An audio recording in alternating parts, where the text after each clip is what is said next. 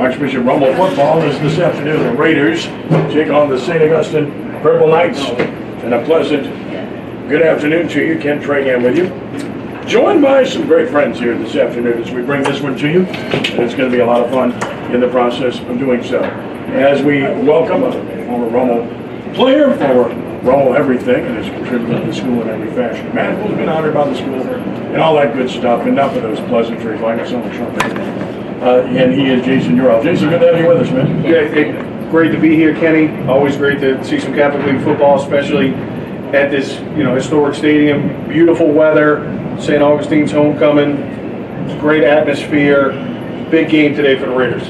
Well, there's no doubt it's going to be important, and obviously it's a very important district game. Another guy, and there's a lot about this, joining us as well, Director of the Louisiana High School Coaches Association, former Raiders assistant coach Eric Allen. Eric, how are you, man? Great to be here, Ken. Doing well, and you mentioned Sean Payton, so we won't have the F-bomb as you alluded to earlier, but gorgeous Saturday afternoon in City Park at Tad Gormley for this 9-5A Catholic League showdown between 5-1 Rummel and 3-3 St. Augustine. District implications on the line: stay in the district race, but also improve your team going forward with the playoffs 1 month away. Rummel is number 4 in the power ratings, and St. Augustine's number 9 in its Division I select power ratings. So a lot on the line here.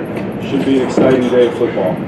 Well, we're sure looking forward to it. It's a beautiful day for football. The Raiders come in with a record of 5-1. The Raiders are 2-1 in district playoff of a 14-0 win over Warren Easton last week, and it was a game that was scoreless into the fourth quarter, Jason, and obviously that was a game where Rummel's offense struggled a bit, had some penalties, and finally found itself in the second half. Yeah, talking to Nick Monica.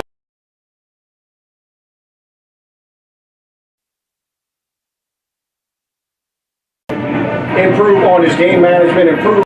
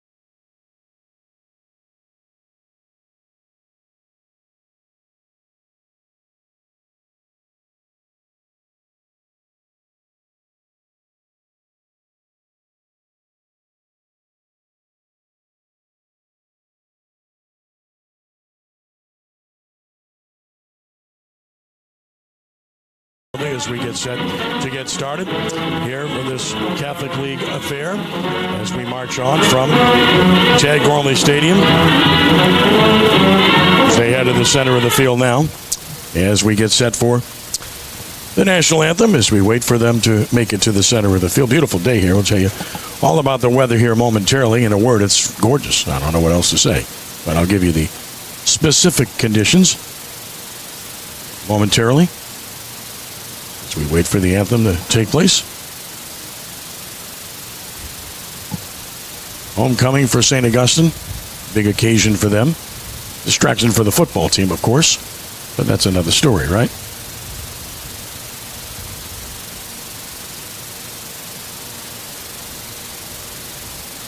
And now our anthem, slowly but surely, coming in.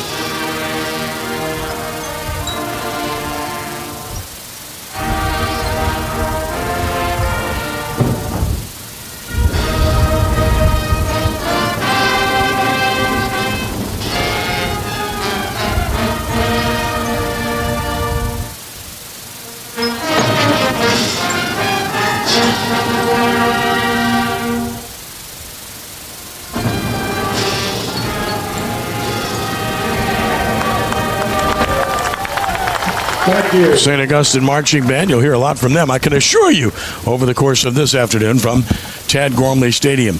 Weather conditions, as mentioned, are superb. It is clear skies, nothing but sun. The temperature is a very pleasant 74 degrees. How about that? The wind is a crosswind. It is going west to east, and it's at 13 miles an hour, and it's a factor. As we were watching kicks in pregame, Eric, you were a kicker, so you know. And watching Rummel kicker, who's new to the team, he was aiming everything left and letting it tail back to the right. He had the right idea because the wind is definitely taking the ball in that direction. Definitely. He was playing the draw well, playing the wind. I didn't see him miss one kick in pregame. So, knock on wood, let's see him make all conversion kicks and field goals. Spoken like a former kicker, okay? And they never miss, right? You know, it's like pitchers never throw balls. They throw strikes all the time, right? Captain's meeting at the center of the field. Purple Knights have... How nice is it to see, Kenny? We're talking about colors. Yeah, go ahead. But you got the Raiders wearing the brand new Columbia blue breeches. Yep. Purple Knights, you know, they've transitioned helmets over the years. These are my favorite helmets for St. Aug. Traditional yellow with the SA on it. All purple unis. I mean, just... Yeah, they got the yellow gold sleeves, the yellow gold helmets. Raiders in their white jerseys with their Columbia blue pants. And the, of course, scarlet red numerals and the familiar R on the helmet. As mentioned, captain's meeting at the center of field for Sean Coulon for the Purple Knights. He's joined by Warren Roberts Jr. LeJean Moore is also a captain for the Purple Knights. And the other captain is Keith Hill. Rummel won the toss, deferred. St. Aug is going to get the ball first, and Rummel's going to defend the north end zone here at Tad Gormley Stadium as the Raider captains, including General Buggage, shaking hands with the opponents right now, and then heading to the sideline. The other Rummel captains, Lester Johnson, along with Lennis Finister, and Norman Taylor, who is expected to play in this one. All right, the fourth member of our broadcast team patrolling the sideline today is Grant Shashery. And Grant, good afternoon. Great to have you with us. So what's the pulse down on the sideline as we get ready for this one?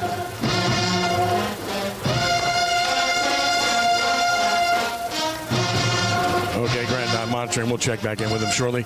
As mentioned, a crosswind, the issue here, and we'll see how that affects kickoffs. Not going to affect the north and south and how far the ball goes. What we saw last week was the new Rummel kicker, taken from the soccer team, Robert Vargas, kicked 3 touchbacks a week ago, which was a really welcome sight. Now Warren Easton played some kicks shallow. St. Augustine's lining up a little bit shallow right now at about the deep man's at about the 10, so not so shallow. And let's see if Vargas can have some level of success here. St. Augustine has twins deep to receive the opening kickoff. Leandell Caston is one of those. Vargas will take a long approach, about a 12-yard approach to the football to get this one underway. Puts his right foot into it. It's going to be short and returnable from the 12 to the hash marks, 15, 20 right side, 25, and dragged out of bounds near the 30-yard line. That's where the Purple Knights will start. The first possession of the ball game, perhaps the 31-yard line. Vashon Coulon will lead his team onto the field for the Purple Knights. And Coulon has 2 good running backs, and Hill and Caston. We'll see which one they go with here. Initially, they use a lot of different receivers as well. So it's going to be Caston in the backfield in pistol formation with Coulon, wide side of the field, left side, a single receiver that way, and 3 receivers to the right. They spread them out, and they put 2 men in movement to the left. Now 3 men moving to the left. They flood the left side of the field with 4 receivers. Rummel hasn't adjusted. They throw a bubble screen. It's caught, and good tackle in the open field to prevent a long gain. Just a gain of about 2 or 3. Looked like they were outmanned there, Eric, but Rummel was able to get there and make the stop. When they line up on offense in a 4-by-1 formation, you're going to see a quick screen to the receiver that's off the line of scrimmage, a quarterback run, or a single receiver concept with a go route. Coulon, a 2-yard completion to Bennett at 2nd down and 8. Run it inside, fighting, short yardage to the 35. Maybe the 36, where it's going to be 3rd down, and about 5 yards to go on the carry there was Leandell Caston. So conversion down, Jason, right away. Yeah, look, big 3rd down here. Raiders had a little bit of trouble lining up, but look, a lot of experience on defense. Nick Monica, a lot of experience coaching. We're going to be fine there. 3rd and 5, back to pass Coulon. Coulon steps up. He could run if he wants to, and he will, and he's going to get the 1st down. Sprints across the 40. You got to count for him. That's what he does so well. Sprints to the 43, gain of 7, move the chains, 1st down. Got to contain that guy all day. Going back to Nick Saban, his least loved quarterback is a mobile quarterback. No doubt. Because you're not just defending the pass, you're not just defending the run, you're defending him moving. So, and look, this is a phenomenal athlete playing quarterback for St. Aug today. Got to be disciplined. First down of the game. Purple Knights at their own 42-yard line. It was a gain of 6 officially. So 1st down at the 42. Throw a quick one outside. Nobody there. It's wide open. Caught. 50, 45, 40, 35. Rummel completely misaligned, and an easy throw and catch and a long gain down to the Rummel 34-yard line. I don't know. And a 1st down, and that was caught by Keith Hill, and Hill on the play gains 24 yards. That was the hideout play. So when they were subbing on and off, they huddled with 11, with 10. They brought 2 on. They had 11, and that guy reported, so he was the hideout end. Yep. Quick snap, run it inside, and good yardage here, 4. And they're going to stop him after a 4-yard gain. Pretty good hole there, though, and on the carry for St. Aug was number 5, and that's Keith Hill. Tell you what, that shows you some early respect that the St. Aug coaches has for the Rummel defense. A trick play early on in the game. Look, executed well. Raider defense recovered. Normally it would have went for 6. 2nd and 6 at the 30-yard line as a result.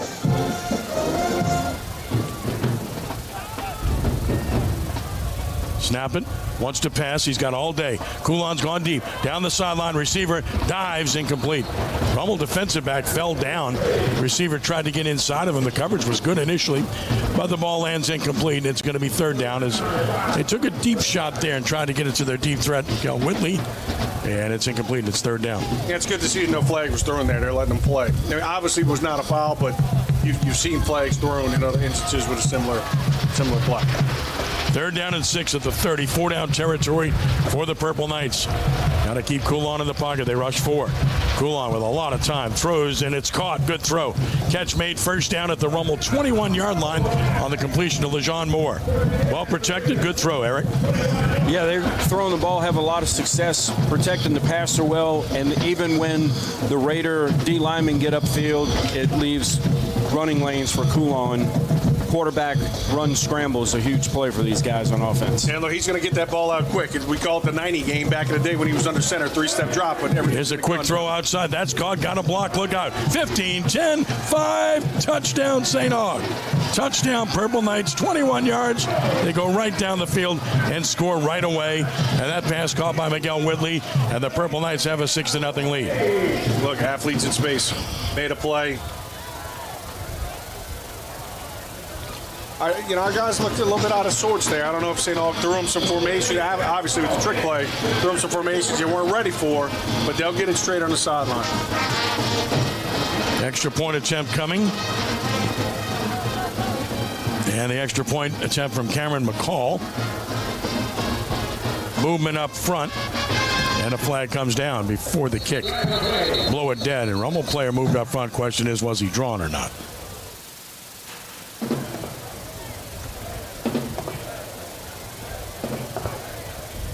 Just to give props to the St. Aug band, huh, Kenny? Yeah. Normally high school football team, their bands play when they're on defense. St. Aug doesn't stop. So they're phenomenal. Relentless. Yeah. Also relentless during Mardi Gras season because they march in Endymion, Bacchus, Orpheus, Rex. And I think on Sunday they may be in Mid-City. Well, I think they start with Little Rascals, right? And then they don't take a day off. Now McCall for the extra point. Snap is good, spot is good, kick is up, and it is good. Time out of the field. 8:44 to play in the first. 7-0 St. Augustine. This is Rummel Football on CrescentCitySports.com and the Big Easy 102.9. Vanderbrook & Company, CPAs are proud sponsors.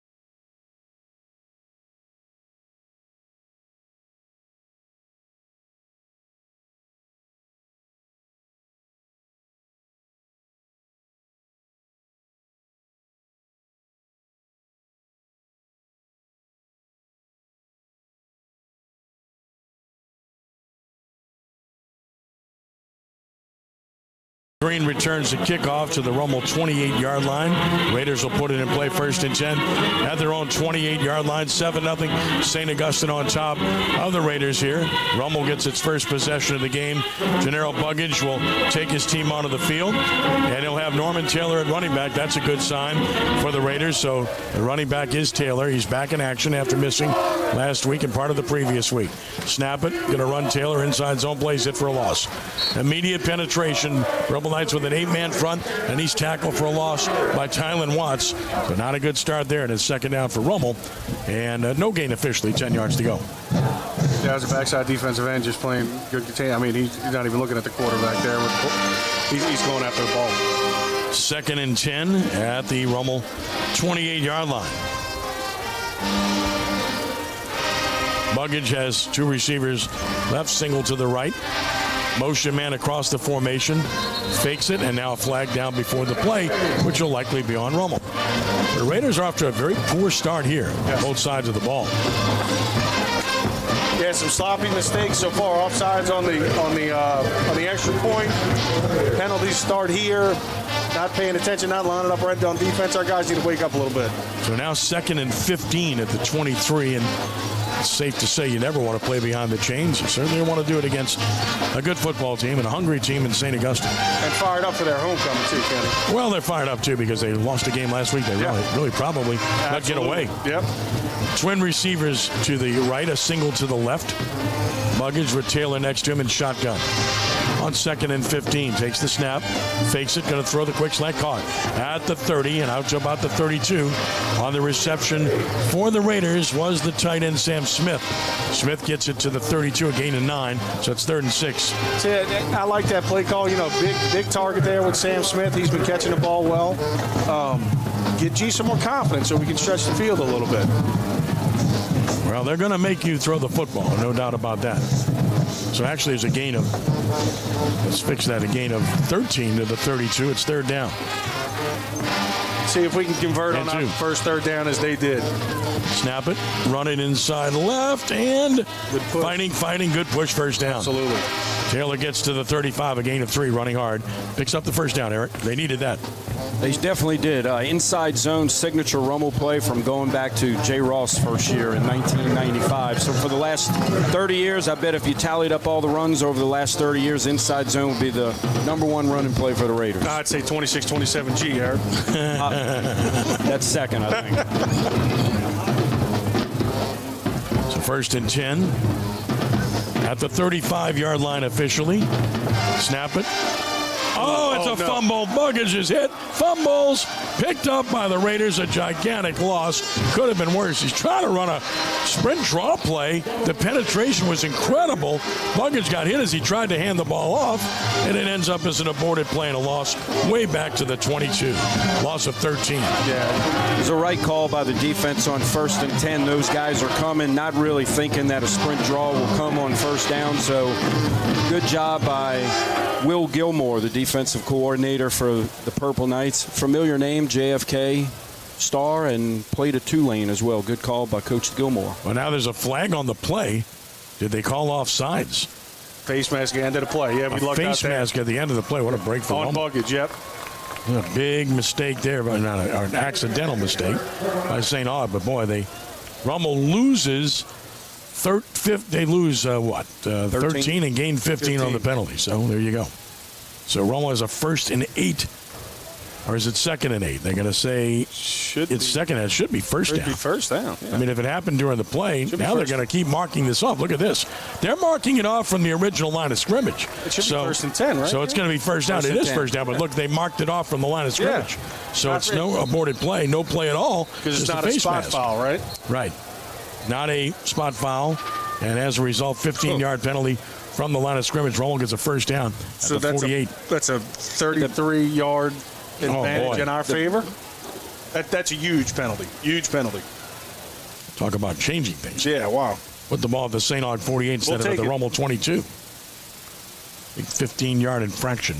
Yeah, and you know, you mentioned while we were at break that, Eric, that the script was great for St. Aug's offensive coordinator coming out, right? Absolutely. The 9-play, 69-yard drive, and that's one of the reasons you see NFL teams, college teams, you're like, golly, this team's 1-7, or this college team's 0-10, and they drive it 80 yards because they've worked that every day and honed in on those exact plays. You know what you're going to get defensively, and you've been working in a comfortable lab for so many days in practice and on film, and it ends up working for you. Single high safety.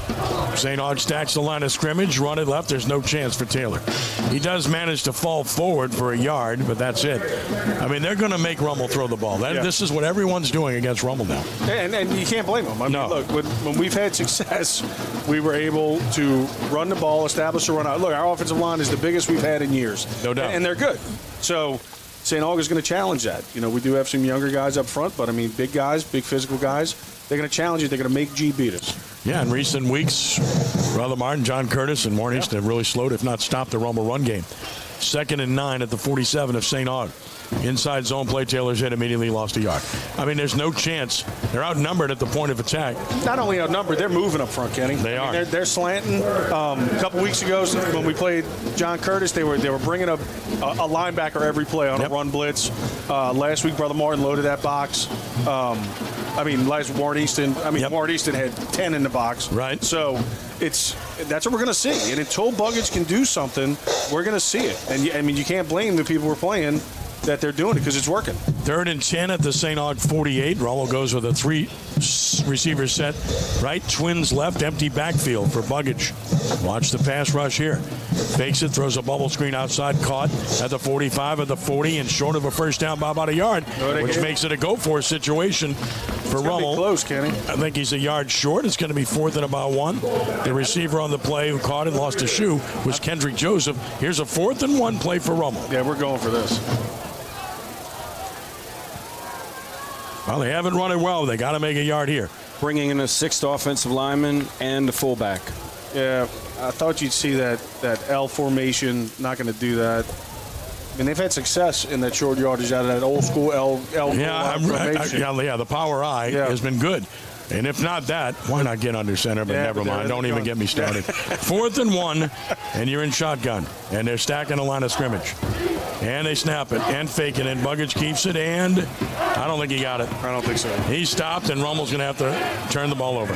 So again, unable to get any movement and get anything done. St. Aug celebrating wildly. They get a big stop.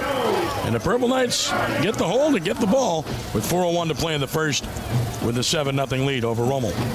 Raiders got a big break on the drive, Eric. Couldn't take advantage of it. Couldn't take advantage of it. The first time they went 10 personnel with 1 back, no tight ends, 4 receivers. They had the screen play and end up in a 4th and 1 situation. As both of you guys alluded to, when the tight end's in the game and there's an additional back, or even if there's a 1-back set with a tight end, St. Aug is packing the box, making it tough to run.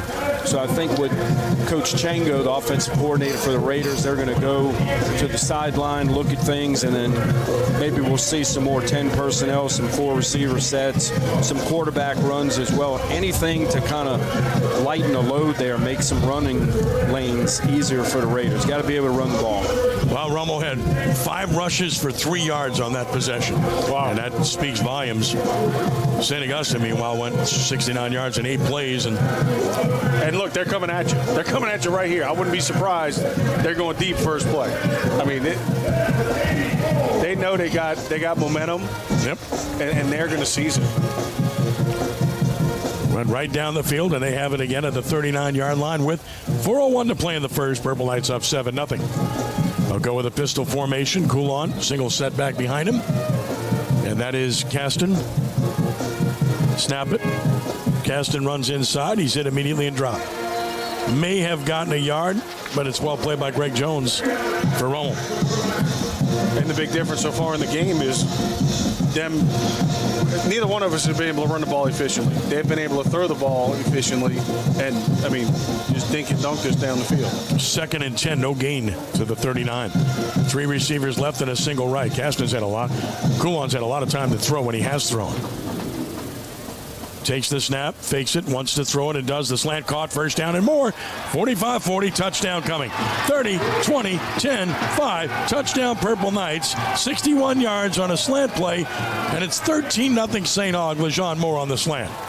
Yeah, I mean, that's just quick 90 game, Eric. 90 game, not even come on the center, just doing it out the gun. Quick step, throw, slant route. Safety wasn't there for support. And I mean, when these guys get out in the open, they're going to outrun you. Yeah, flash to the back, hit the slant, and then he split the 2 deep safeties. That's it. Then use the back judge as a shield the last 10 yards. 13-0 McCall for the extra point here.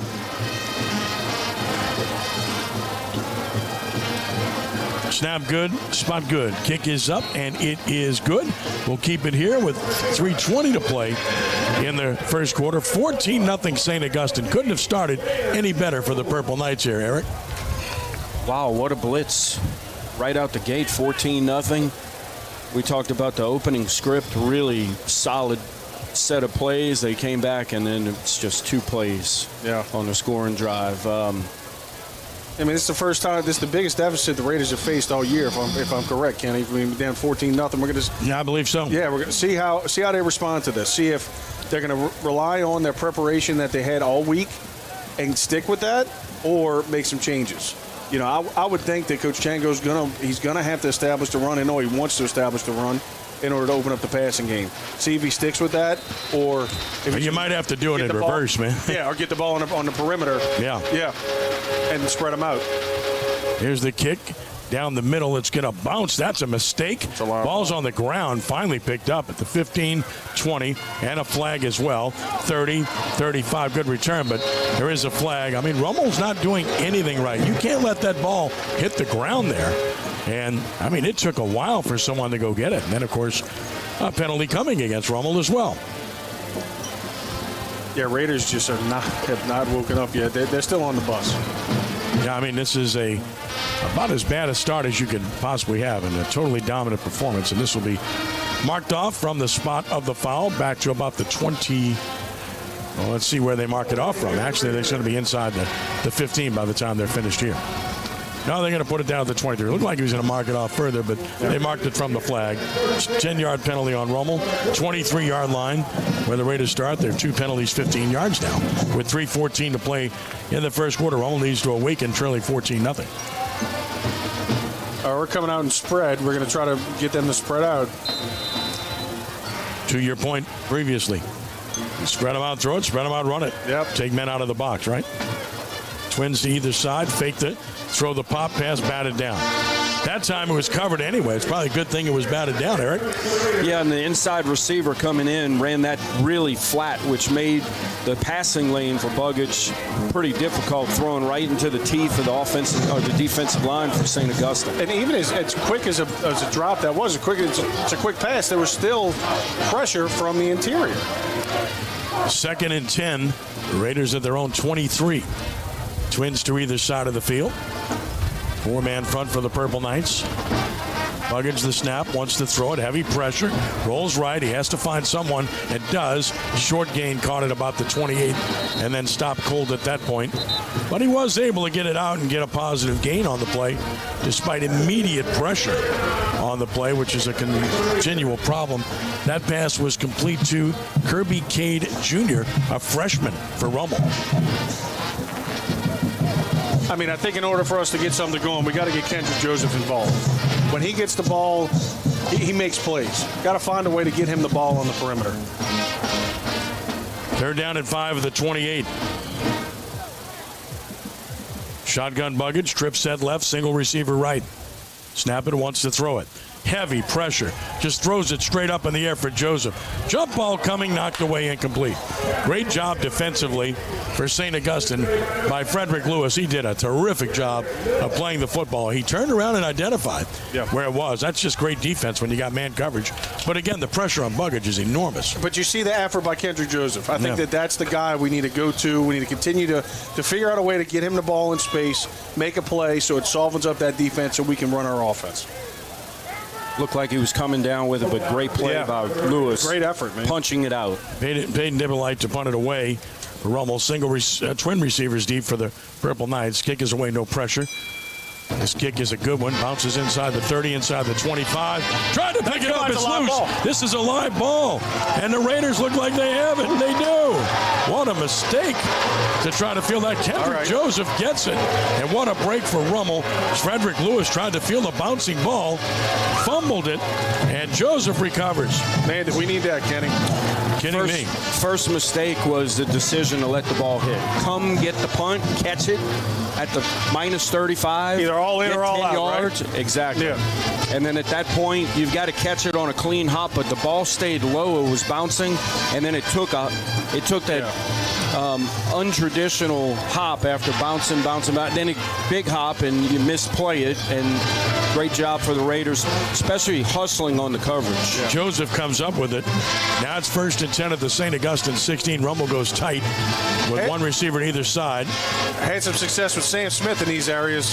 Fake it to Hawkins. Bugich rolls right. Heavy pressure again. Throws outside. Caught. Perfect throw. Right at the goal line. He's out of bounds at the 1.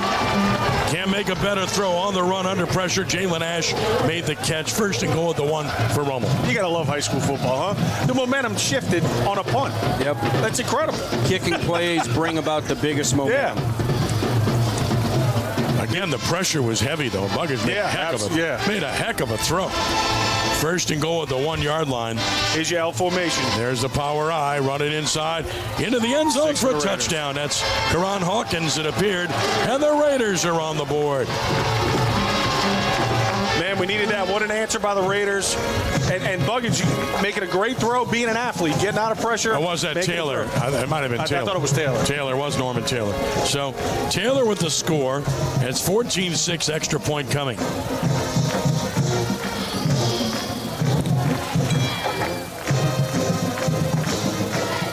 Extra point coming here. And remember, new kicker, right, Eric?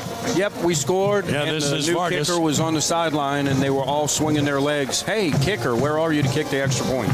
Well, it's his second game ever, right? Extra point is good by Robert Vargas. He was good last week. He knocks this one through. 1:49 to play in the first.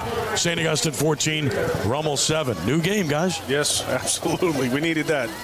Complete turnaround on a momentum play. Those kicking plays, huge momentum. Yeah. They only comprise 16 to 18% of the snaps over a course of an entire season, but gosh, it's the play where the most yardage is expended on a snap, like there on a punt. You're punting the ball from the 25 off the foot to the other 25, 50 yards are exchanged. Here on the kickoff, hopefully they kicks it in the end zone. But big momentum plays here in the kicking game, and and get things done for you. And a confidence builder, not only for Buggage, but for your offensive line, too. You just punched it in.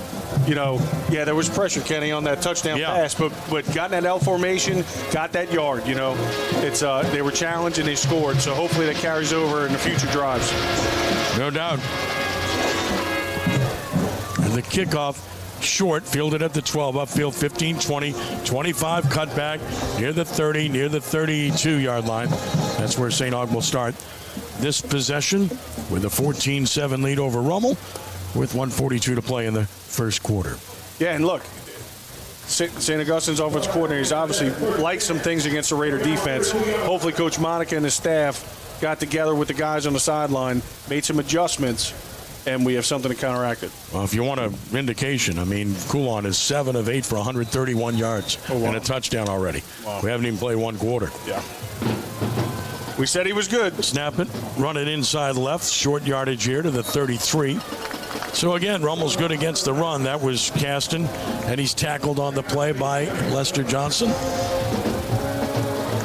I'm sure one of your favorite plays back in the day, Jason, counter tray. They pull a guard and they pull the tight end around as a wrapper. Yeah, we ran that a couple times. St. Aug 2nd and 9 at the St. Aug 33. Trip set left, single receiver to the right. 3-man front. Rummel's going to bring forward. They run it inside, and he's swallowed up. Great job by Fred Banks. He wasn't going to go for any of that. Banks, outstanding player, makes the stop on Hill. Fred Banks, of course, the Lamar commit, shows you why. And consistent all year, Kenny. Consistent, makes plays every week. And a little tip for you there, pre-snap. St. Augustine had trips to the field, and all three receivers were outside of the hash mark. Inside run coming. So here's a 3rd and 9. Big play here. Rummel 3-man front. We're inside of a minute first quarter. 40 seconds and counting. Motion out of the backfield. It's empty. Coulon wants to throw. Coulon's flushed out right. Coulon's looking. Coulon's throwing sideline. Incomplete. Raiders get the stop that time. They got a little pressure. Got him off the mark. And a good job by the Rummel defense to force the 3-and-out. Carlin Kitchen Jr. with the pressure. Great, man. I thought secondary lined up right. Got the pressure. Man, this is Raider defense. So a 3-and-out, as was needed there. Joseph will drop deep to field the punt for the Purple Knights. It looks like Jeremiah Stewart will handle the punting. We'll see. No, it's not going to be Stewart. And I just feel it's going to be number 8, Miguel Whitley. And Kendrick Joseph is just due. He's due for a big play, Kenny, whether it's going to be in special teams or an offense. I just feel like it's time for him. Punt is away. It's a low punt. He's going to get away from it. 40, 35, 30. Good bounce for St. Aug inside the 30. But that's the difference. He didn't try to field a bouncing ball, and Rummel has possession as a result at its own 27, Eric. Like you said, don't field the bouncing ball. It was a far enough distance away where the return man could not go catch it on the run. So you take the bounce, you give up yardage there, but you'd rather give up 10 yards than risk turning it over. Well, the biggest thing is, number one, they've got to establish a run game. Number two, they've got a pass block. This Buggage has been under duress every time he's tried to throw the football. Yeah, and look, they're doing a bunch of different things up front. They're not just coming with 4, they're coming 5, 6, and then they're stunting as well. First and 10 at the 27. Fake it, throw it, caught by the 10 and 30, 35. First down out to about the 39. That's Shesby on the reception. So both tight ends involved early. Yeah, like right there, they had a 4-man front, brought somebody late, slanted to the field. They're not just coming, pinning their ears back. No, there's some. All right, that'll be the end of the first quarter. So we'll take the break. 14-7 St. Augustine. Back in a moment here with Rummel football on 102.9 The Big Easy and CrescentCitySports.com.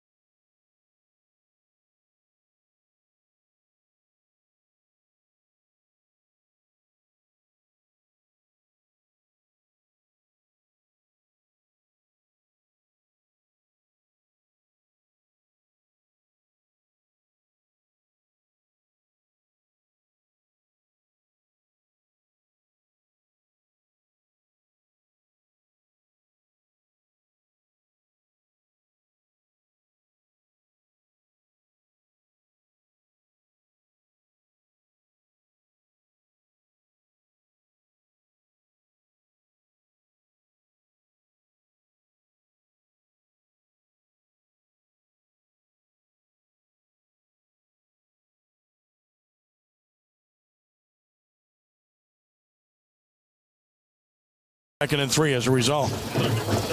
Good job there.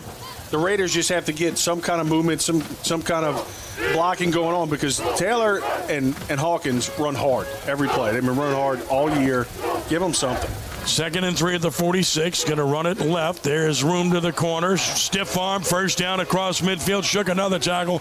Boy, is Hawkins running hard. They can't get him on the ground. He drags a tackler all the way down to the St. Aug 44 with a gain of 10, Eric. Tremendous effort. Second effort, third effort there. Great job by Hawkins. Getting him involved so that he complements Taylor. That'll get things going for the Raider run game. Man, you got to credit Coach Israel Tucker on that. Coach Israel Tucker is one of the Rummel greats of old, coaching those running backs how to run hard. First and 10 at the 44 of the Purple Knights. Just underway second quarter, 14-7. Purple Knights on top of the Raiders. Buggage the snap, and he's going to get blown up in the backfield. Big loss. Again, just a free blitzer hits the quarterback and the running back at the same time, and Hawkins gets smashed for a 5-yard loss. I mean, they can't run these slow developing plays, can they? No, and they're trying to run counter Trey, pull the guard, pull the tight end as the wrapper, and when that happens, you have gaps, and those guys are coming through, and they're making the play for -5 in the backfield. Yeah. Again, I'm sure that's something Coach Changle will adjust to, but they can't. That's the second time they've tried to do that. Second time they almost took the handoff. Exactly. Yeah. They can't run that play again. Yeah. Second and 15 from the 49. St. Aug showing blitz, and they come. Play fake, throw the slant, that's off the mark. Yeah, and there's interference. Well, the pass was high, but the defender grabbed Ash just before the ball got there, and that'll be a 15-yard penalty and a first down. So you lose 5, but you're going to get 15 back, and should give you the first down right on the marker, right? Yeah, we'll take it.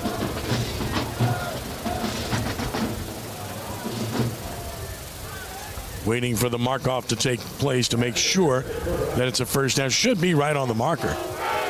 It's good to see that Coach Chango is Are they going to say second down? If it's second and 15, it should be a first down with 15 yards. They're marking off more than 15. Guys, they're going to put this ball down. I don't think they marked it off right. Or now they're moving it back. Okay. He went too far, but it should be a first down. They got it right, yes. 15 yards. They got it right in retrospect. And it's not an automatic first down. No, it isn't. It's not. They needed 15. They got 15 on the penalty. First down at the Purple Knight 34. Wide side, right side of the field. Hawkins, the running back, gets the ball, has a hole at the 30, at the 25. He has a first down all the way down to the St. Aug 23. That's a gain of 11. We're starting to see a little creasing now up front. Yeah, absolutely. I mean, Coach Shango definitely found something that he likes. That's another little sprint draw action, right, Eric? Found it. Continue, use that pressure against them. You know, if they're gonna give you pressure on the outside, hit it on the inside. Said, look, St. Aug's going to change it up front. They're not going to stick with what they're doing. So first down at the 23 now. Snap it. Throw it outside. Caught. Joseph trying to get a block. He doesn't have any room. He's going to fight for a couple yards, and that's all. Went to the short side of the field, and it was kind of muddled there. Came out in a 5-man front there. I mean, they're mixing it up. I mean, they've been in a 4-man front most of the first quarter. Last play when Hawkins broke that big run, they were in a 4-man front. Now they're in a 5-man front. Going back to... Put it down at the 21 at 2nd and 8.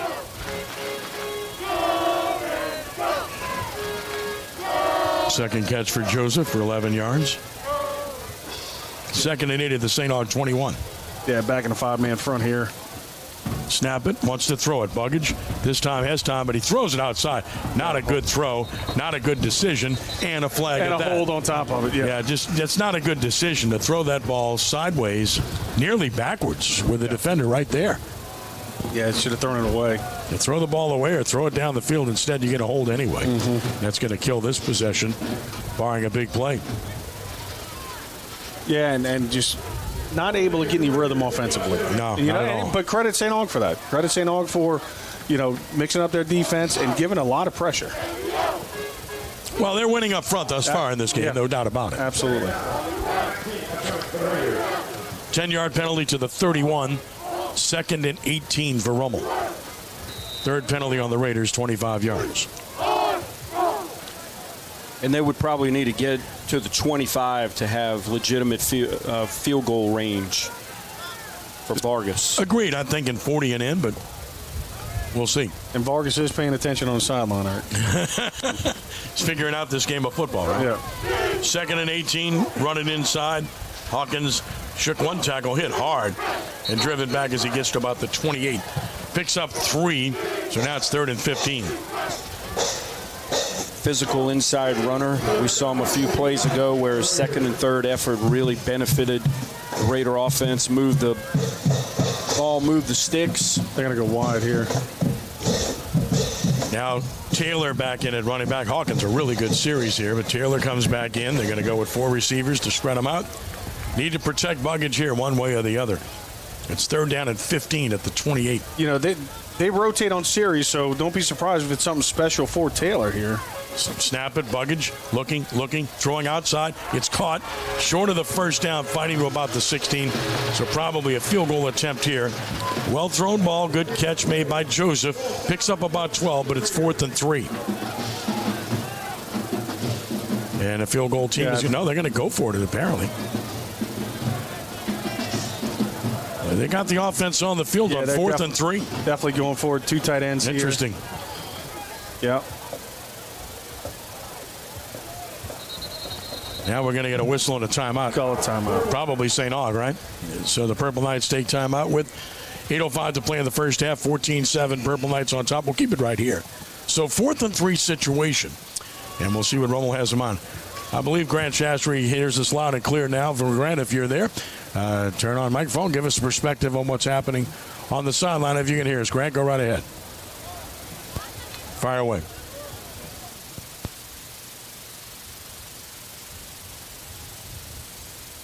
All right, obviously he's not picking us up, so we'll have to double check on that. It's important play call here for Coach Chango. They have worked a couple 2-point plays all week, just like anyone does. Might use that here. Yardage is what and what with a 2-point play. Might use that to get the 4th down to convert it to a first. It'll be interesting to see what we come out with here. Still coming out in the same formation, looks like, Eric. We got our 2 tight ends there. We got Chesby and Smith. So might have something here. 4th down and 3, big situation, first big play of the game. setback is Hawkins. He takes a pitch. He's looking to throw. He has a man. He drops the football. Would have been a touchdown, and dropping the ball. Simple as that. Max Chesby, a critical mistake by Rummel. That was definitely a 2-point play, Art. Yeah. Huge mishap by the Raiders. Hate to see that for that young man. And not much more you can say. I mean, a perfect call, perfect execution. Hawkins put the ball where it needed to be. Easy catch in the breadbasket, and he simply dropped the ball. He probably caught it all week. They like to play. Feel bad for that young man dropping that pass. Wow. With 8 minutes to play in the quarter, and the half, I should say. Remains 14-7, and the momentum that Rummel had dies quickly. And the Purple Knights try to right the offense, and they're going to go with twins to either side. Coulon has been terrific thus far. 7-9, 131 yards and a touchdown. Ready to go to work.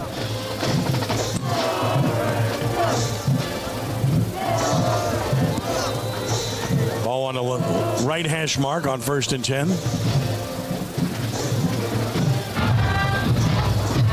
Snap it, going to run it inside left. Not much room there. Rummel's been good against the run. There's Fred Banks again, just ripping downhill.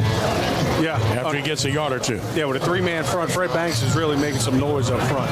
When you're too high safety and you've got a 5-man box and you're killing it up front with your box players, allowing just 2 yards on the run, that's pretty good.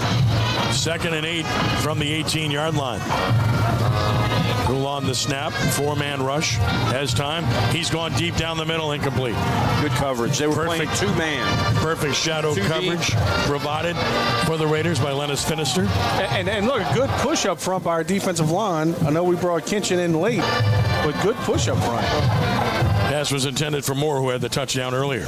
So now it's 3rd and 8 for the Purple Knights at the 18. See if they play 2-man, 2 deep, man underneath coverage on 3rd and 8.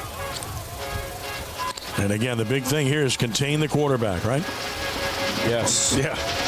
Hill in the backfield. Kinchin might be spying. Takes the snap, wants to throw. He has a lot of time. Now he's under pressure. He's in a fumble. And Rummel has the football. Banks has the sack, forces the fumble, and the Raiders are on it. And getting up with the recovery is number 24, Kingsley Barconi Jr. And the Raiders get a big play from Banks and from the freshman Barconi. I tell you who got off the bus from jump is Fred Banks. He's been playing his best game all year. Look, he's been a great ball player all year. Today he has shown up. He has made a difference in this ball game. At the St. Aug 15-yard line. Need to come away with points here, Kenny. Big time. One thing you lose sight of is that the Raiders drove the football from the -27 to the +16 while they had a turnover on downs. They took over great field position, forced it up the Purple Knights' rear end. Short field at the 15-yard line, faking Buggage, wants to throw on the flat wide open at the 10, at the 5, and down near the 1-yard line with the completion off the play fake. And guess what? They went right back to him. Good and for he him. Caught the ball. Hey, good Chesby. for him. Mark Chesby makes the catch. Good on Coach Chango. Good on G. Good on Chesby. Good job.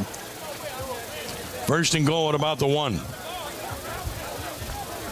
We got Big Freddie Banks in on offense now, Kenny. Yeah, I saw that. You do that a lot in this powerized situation. Love this L formation we run here.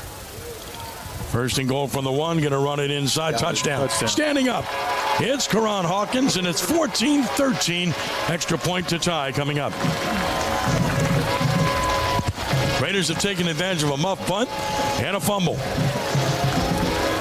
Huge taking over at the +16 and the +15. 2 short drives, short fields. Momentum ends up going your way when you get short fields, and it goes from 14-0 to 14-14. Credit to Coach Monica for saying, hey, we're down 14-0, but guys, we played some pretty freaking good football teams. Snap, coming into spot, this. Kick is up, it's good. Time out on the field, 6:44 to play in the half, tied at 14. Back in a moment here on 102.9 and CrescentCitySports.com.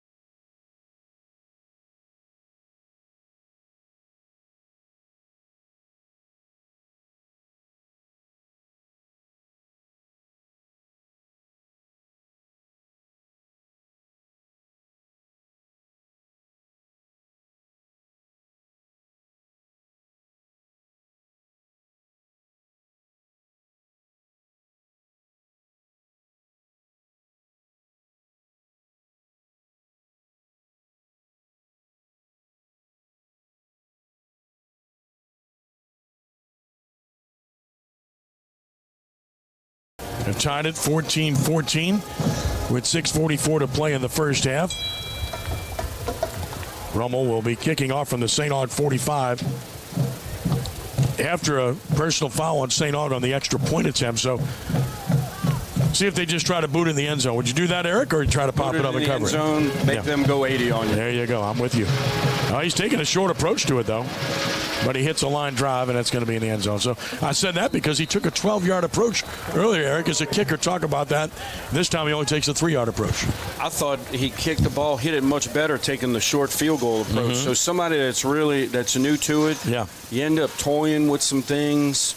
He had a 12-yard approach, and then one of his approaches, he actually shortened it up to like 10 and a half. So he didn't really hit the first two kickoffs well, but that with the field goal steps, he kind of hit really well. He's a new kicker. He's Yep. finding his way, right? Find it. I mean, I'm a big Ted Lasso fan. Get comfortable. Yeah, be a goldfish, right? I mean, that's what he's trying to be. Snap it on first down, run it inside zone play, and again, Rummel good defensively. Give up about 3 here to the ball carrier Caston, for he's put down on the play by Kinchin. 2nd down and 7. Rummel's really good up front on defense. Defensively all year. I mean, we've been solid. Look, this offense is explosive. We got to line up right.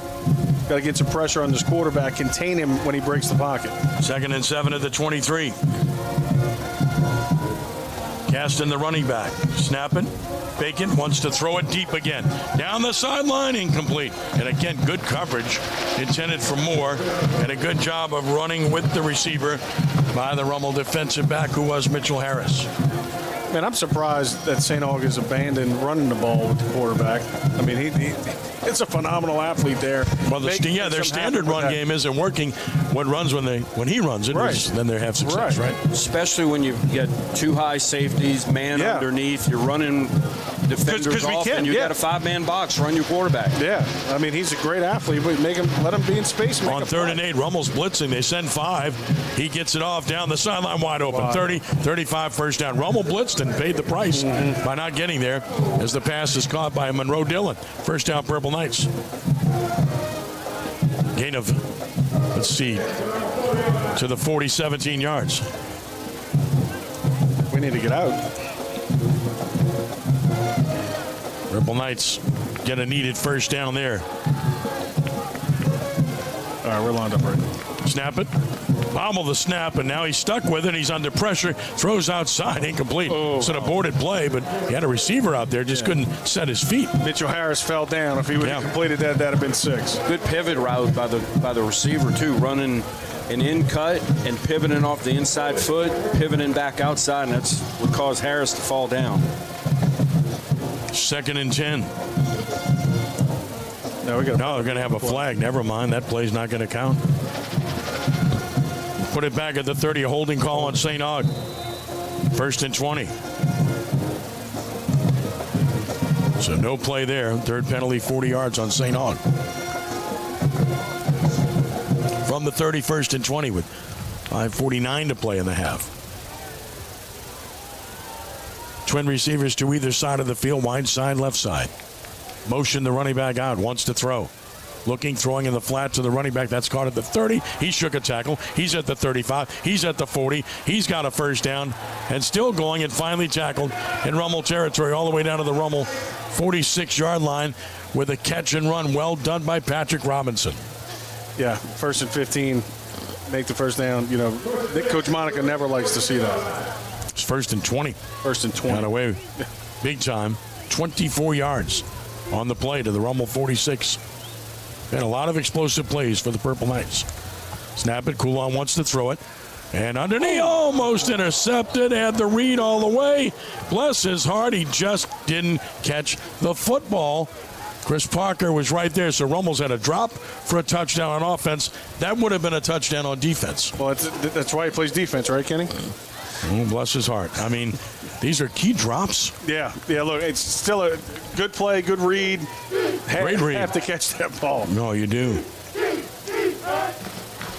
2nd down and 10. Shotgun Coulon. takes the snap, wants to throw outside. That's caught in the flat to the sideline. Big hit. Chopped down after a short gain of about 3 yards. It's well done. Making the catch was Kamari Navar. And he's chopped down there by Harris. Wow. Impressed with Harris. I mean, look. At corner. He's a sophomore. He's not intimidated and running step for step with these receivers. 3 yards to the Rummel 43. It's 3rd and 7.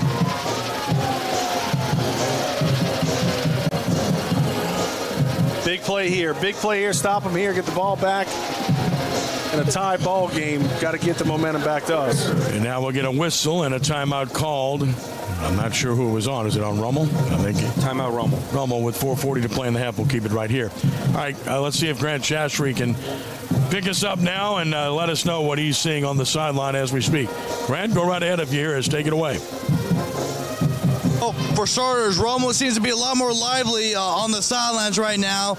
They just scored 14 unanswered points after falling down 14 to nothing. On the other side, St. Aug, they seem to be alive as well, but they're a little nervous, of course. You just blew a 14 to nothing lead. We're seeing two well-coached teams go at it, and this will be a barn burner till the end. Right back to you guys. All right, good to have you with us. We'll try to get Nick Monica at halftime with Grant. St. Augustine will have a 3rd down and 7 at the Rummel 43 with 4:40 to play in the half when play resumes. Big shout out to Darrell Ashley in studio for the Big Easy 102.9 and to Chip and Matt Merritt, the A-team here on CrescentCitySports.com with our simulcast today. Big crowd for homecoming for St. Augustine on this gorgeous afternoon. And this is about as nice an afternoon as you could ever possibly imagine. Yeah. Not a cloud in the sky, a little breeze going, perfect weather. The Raider fans are lively. Ken, I think when Chicago wrote that song in the early 70s, Saturday in the Park, they definitely had to be in City Park here. Inspired them to write these lyrics. Eric, you just showed your age. I was born in 79. Oh, man. Dang. Good timeout call there by Nick Monica, who also serves as his own defensive coordinator. I think when they went empty, he may have been thinking, hey, we've got to defend the quarterback run here, having a lighter box, spread them out on defense. Could have been what he's thinking. He's definitely a threat to run at quarterback. I mean, there's so many different things they can throw at you, right? Sure. So, I mean, he's probably saying, hey, look, got to keep the quarterback in the pocket. Right. Breaks contain, got to tackle him. Got to remain our coverage in the back end, and in the meantime, get some pressure on the quarterback. Yep. Trust what we've seen defending empty all week. Trust what you've seen on film in your film study, but hey, keep this in mind what we could see quarterback run from empty. Yep, 3rd and 7 at the Rummel 43. One-time Rummel blitz, they hit a 24-yard completion. Rummel shows a 5-man front here, showing blitz. Let's see if they come. Cheating people up, now moving back, trying to play games here. St. Aug trying to identify it, backs off. And now signals being given by Coulon to his teammates. On 3rd down and 7. Takes the snap. Retreats to throw. Has time. Deep down the field. Man, wide open. Caught at the 10. At the 5. Coming back. 1st and goal, but there's a flag on the play. Chop block. Chop block by the running back. And the player that got chopped was Lester Johnson. Could see it all the way. Lester Johnson blitzed off the edge. Running back went low. Cut the legs. And that's an illegal block and a big mistake by St. Augustine. Yeah, huge penalty. Bringing back a touchdown for the Purple Knights. But, I mean, they changed that rule 20 years ago. Yes, and it's still out there at the college level. Yeah, and it's really a safety issue as well. Absolutely. Understandable. All the running back's got to do is just step up. Yep. One step forward and engage and shock him inside. Yeah, because he had time. He had time to get rid of the ball. With his hands inside, thumbs up, and get your feet accelerating instead of going down and chopping. They didn't have that rule back when I played. Jeff Winchester was our fullback. Jeff Winchester. And, man, he could chop down a redwood. He was phenomenal. Right, Kenny? Yeah, he was awesome. Good friend of mine. 15-yard penalty. That's 4 for 55 yards on St. Aug. Back at the 41 of St. Aug now. It's 3rd down from the St. Aug 41. And they need the Rummel 36. So 3rd and 23. And the whistle stops play again. with 4:10 to play in the half. We'll check what this is all about. So they were ready to snap it, but then blew a whistle. Have a discussion.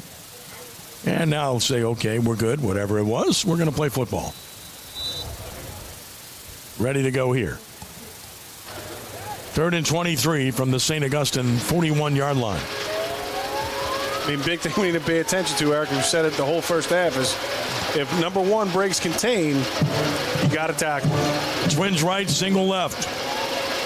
Coulon wants to throw. Coulon with time. Coulon's going to throw deep down the sideline. Jump ball coming incomplete.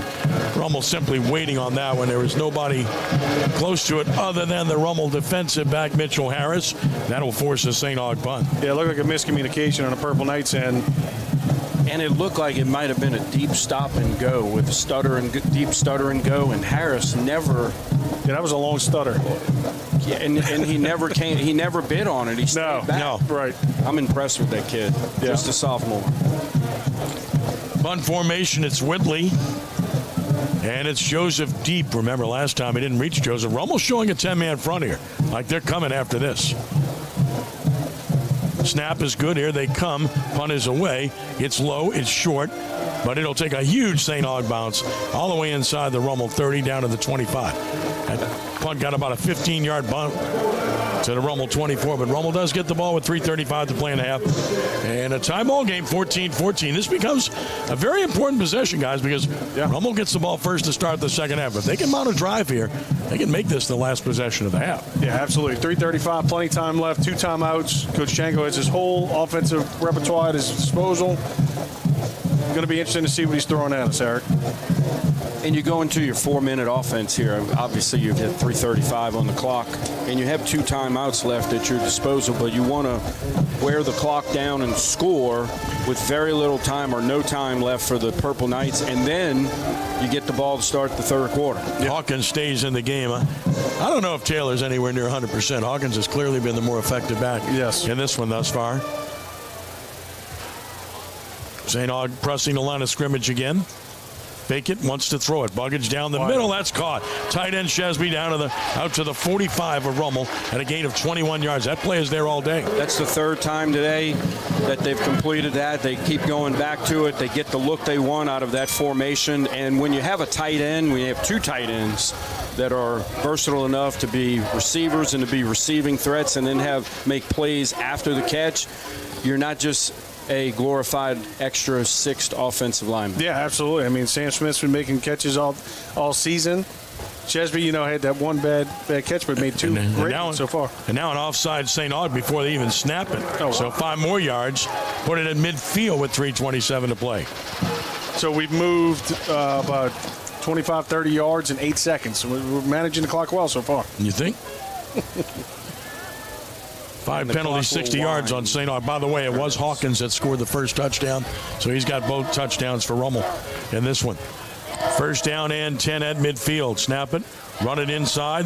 There's room. Hawkins, 45. Hawkins fighting to the 41. Good ankle tackle. Prevents an even longer run. Tackle made by Tyrone Matthew. Does that sound familiar? Oh, yeah.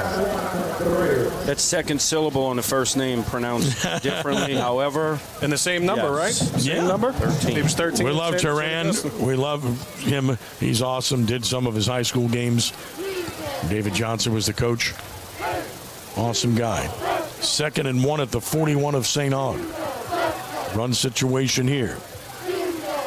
Buggage, the snap, he wants to throw it under heavy pressure. Steps up, he's going to get sacked. I don't know about that call. I mean, you're 2nd and 1 there. You want to maintain possession. Now it's 3rd and 5. I mean, immediate pressure, and he got sacked. A loss of 4. Yeah, I'd say, go for the first down, Kenny, but they make a big play. The offensive coordinator's a genius. So, I got it, but I mean, I'm with but you want to make this the last possession if you can. Absolutely. And if you move the chains, the clock runs instead. You're 3rd and 5 with over 2 minutes left. That's all. And bleed it more. And now you got to convert or punt it back. Maybe he's thinking it's 4-down territory, Kenny? I don't think so. No? unless you get 4th and 1. Back to pass, under pressure, deep down the sideline. Caught it, 20, 15, 10. Micah Green all the way down near the 5-yard line. 1st and goal, Raiders. Good throw. Green beat his man. And there is the speed of the Green family. His dad, Skyler's, pretty happy. There he is. And look, that solves all of the problems right there. You think? Great play by Green. Great throw by Buggage. You know, good press, good blocking up front, giving them enough time. We got to punch it in for 6 here. 40 yards on the completion of Micah Green. He's a guy you'd love to see get the ball more. Talked to Nick Monica about that. He said, man, we love to see him get the ball more. He's explosive. Showed you there. Beat his man. Nearly scored. 1st and goal, Rummel. Snap it. Hawkins tackled right away. You know, immediate pressure. I was thinking Coach Valdez might use both of his timeouts here. 2nd and goal. It's officially at the 4. So no gain. Not the worst thing. It runs more clock. Put it under a minute. Yeah, They snap this ball. I'm surprised, Eric. Absolutely great for the Raiders here. Yeah. Bleed clock and just run it down. Exactly what Kenny was saying. You know, limit their possessions. Inside run, not much there. Maybe a yard. So now the issue for Rummel is they got to get the ball in the end zone. Now it's 3rd and goal from the 3. On a short run there. Still didn't call timeout. They didn't call timeout. Who ran that ball, by the way? Was that? That was Hawkins. Hawkins, yeah. Yes, sir. He's going to walk down and take the timeout coming up. Soon. Clearly want to make this the last possession. It's the right strategy. Now, what he might do, too, is take it where you take the timeout, you still have 1 left, and then if you mishandle the snap on 3rd And there's the field timeout. goal, I hear you. Yeah, so he's got 14 seconds left. 13. And I think he's got 13, and he still has a timeout in his pocket. Sure. Yeah. So it's the right thing to do. Yep. Absolutely smart strategy by Nick Monica. Yeah, it gives you the option you can either throw the ball or run the ball here. Yep. And you know, going back to what we were saying earlier on that 4th down play, that 4th and 3, 1 yard longer, but you know they practice more than one 2-point play every week. Right. Maybe they like another one as well. Correct. And that's a great thing you brought up earlier about that being the 2-point play, because it was 4th and 3 and the ball's at the 3 for the 2-point conversion. Yep. And you have practice goal line plays, you've got your script and people goal line. Well, 2-point, a lot of guys I've seen have 12 2-point plays because 3rd and 3, 3rd and 2, 4th and 1, those are all 2-point conversion plays. This is such a big play here because they didn't gain a yard. They're 3rd and goal at the 4. And if they can score here, and it's a make-it-take-it situation to start the second half and have the lead, they're going to go power I and try to bludgeon this thing unless they play fake. Frederick Banks is the lead blocker. Banks the lead blocker. The deep back is Taylor. Hawkins is the up back. And Buggage is lining up under center. Sam Smith to your left. Snap it. Play fake it. There it is. Wants to throw it. Nobody's open. He throws to the corner. No good. Well, it would have taken a perfect throw. St. Aug was on it, and Rummel comes up short, and they're going to have to try a field goal. Boy, that's a big miss for Rummel. Yep. Yeah, crucial field goal here. We at least need to get 3, like you were saying. We get the ball back, start the second half. Got to get points on both of the possessions. Yeah, this would be a crushing blow if Rummel doesn't score points here after having a 1st and goal at the 4 and didn't gain a yard in 3 plays. Yeah. So here's left hash mark, so it's an angle for a short kick. Robert Vargas, the new kicker. Snap good, spot good. Kick is up. He's hit it high, and he's hit it good. There we go. So with 4 seconds to play in the half, Rummel has its first lead of the game, 17-14, with 3 seconds officially left in the first half, guys. Yeah, Eric, you know, being a special teams guy, how are they going to play this kickoff here? Squib kick because you don't want to kick it deep. He hasn't come close to kicking a touchback. And squib it so one of the up guys handles it, someone that is not used to handling the football, and not a threat to break it. But if you kick it deep to one of those guys, it lands between the 10 and the 15, whereas 2 deep kickoffs from the 40 have landed. You give those guys an opportunity. You know, it's jailbreak at that point. Yeah. Yeah, you kick the ball on the ground here. You just got to get enough depth on it, right? Yes. and you want it to die somewhere between the 20 and 30. You don't want it to get you don't want it to be hot to where they let it go to one of those athletes back there. Correct. Then they'd have two choices: either take a knee and get a snap, or have one of the deep guys get it on the pickup and run, like you said. And you don't want it to be where they fall down with it up front at the 45 to 50, and then they take a Hail Mary shot and get a miracle and score a touchdown. Well, Vargas is going to take that long 12-yard approach to the ball, which you talked about earlier, like he wants to try to bang it.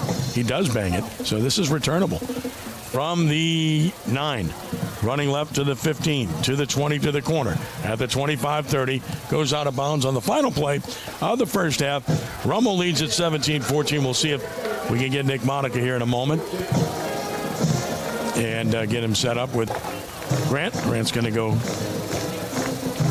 chase him down so we can get him on at halftime here. Get a couple of questions for Nick. As soon as you're ready, Grant, you can take it away with Nick Monica. Go ahead, Grant. Take it away. Yeah, he's not, again, doesn't have the mic on. I can tell you that right now, unfortunately. So, at halftime.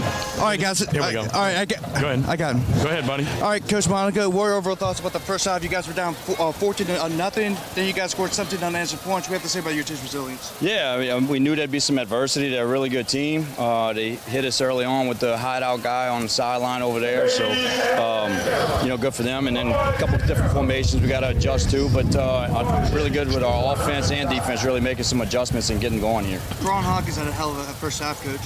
Yeah, we're going to have to continue to run the ball. And, Norman's just not 100% yet. But, we'll probably split the carries with both of them. All right, thank you, Coach. Thank you.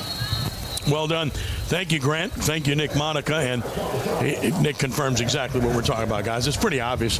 The Norman Taylor we saw in the first 4 or 5 games of the year was electric. He was as good as any running back in the area, if not the state. He's not been that guy since that first series against Brother Mark. Yeah, and good to see, we're watching Gorian Hawkins grow up right in front of our eyes. Sophomore, splitting time, and now he's the guy. He's the guy until we're able to get Norman Taylor back. It's good to see him growing, and good to see that Nick Monica's managing Norman Taylor right, too. Absolutely, and as a guy that coached running backs through the years as well, it's of utmost importance to establish depth at that position by establishing it in the summer. Make sure those guys are getting reps running all the plays in your offense, all the formations, all the motion shifts, all of that, all the quarterback, running back, handoff, ball security things, and it's really paying off. And you talked about Coach Tucker and the job that he does, and you can see the work on the field right there with the young Hawkins. Yeah, absolutely. It's fun to watch. Homecoming for St. Augustine, the Purple Knight Band on the field. And, of course, they'll have their homecoming court introduced. We are at halftime at Tad Gormley Stadium with the score. Archbishop Rummel 17, St. Augustine 14. We'll take a break here. We'll be back to talk about a lot of things about what's coming up with football on the New Orleans area, Rummel football, and more. And we'll give you first half stats as we continue with this simulcast on the Big Easy 102.9 and CrescentCitySports.com. Back in a moment.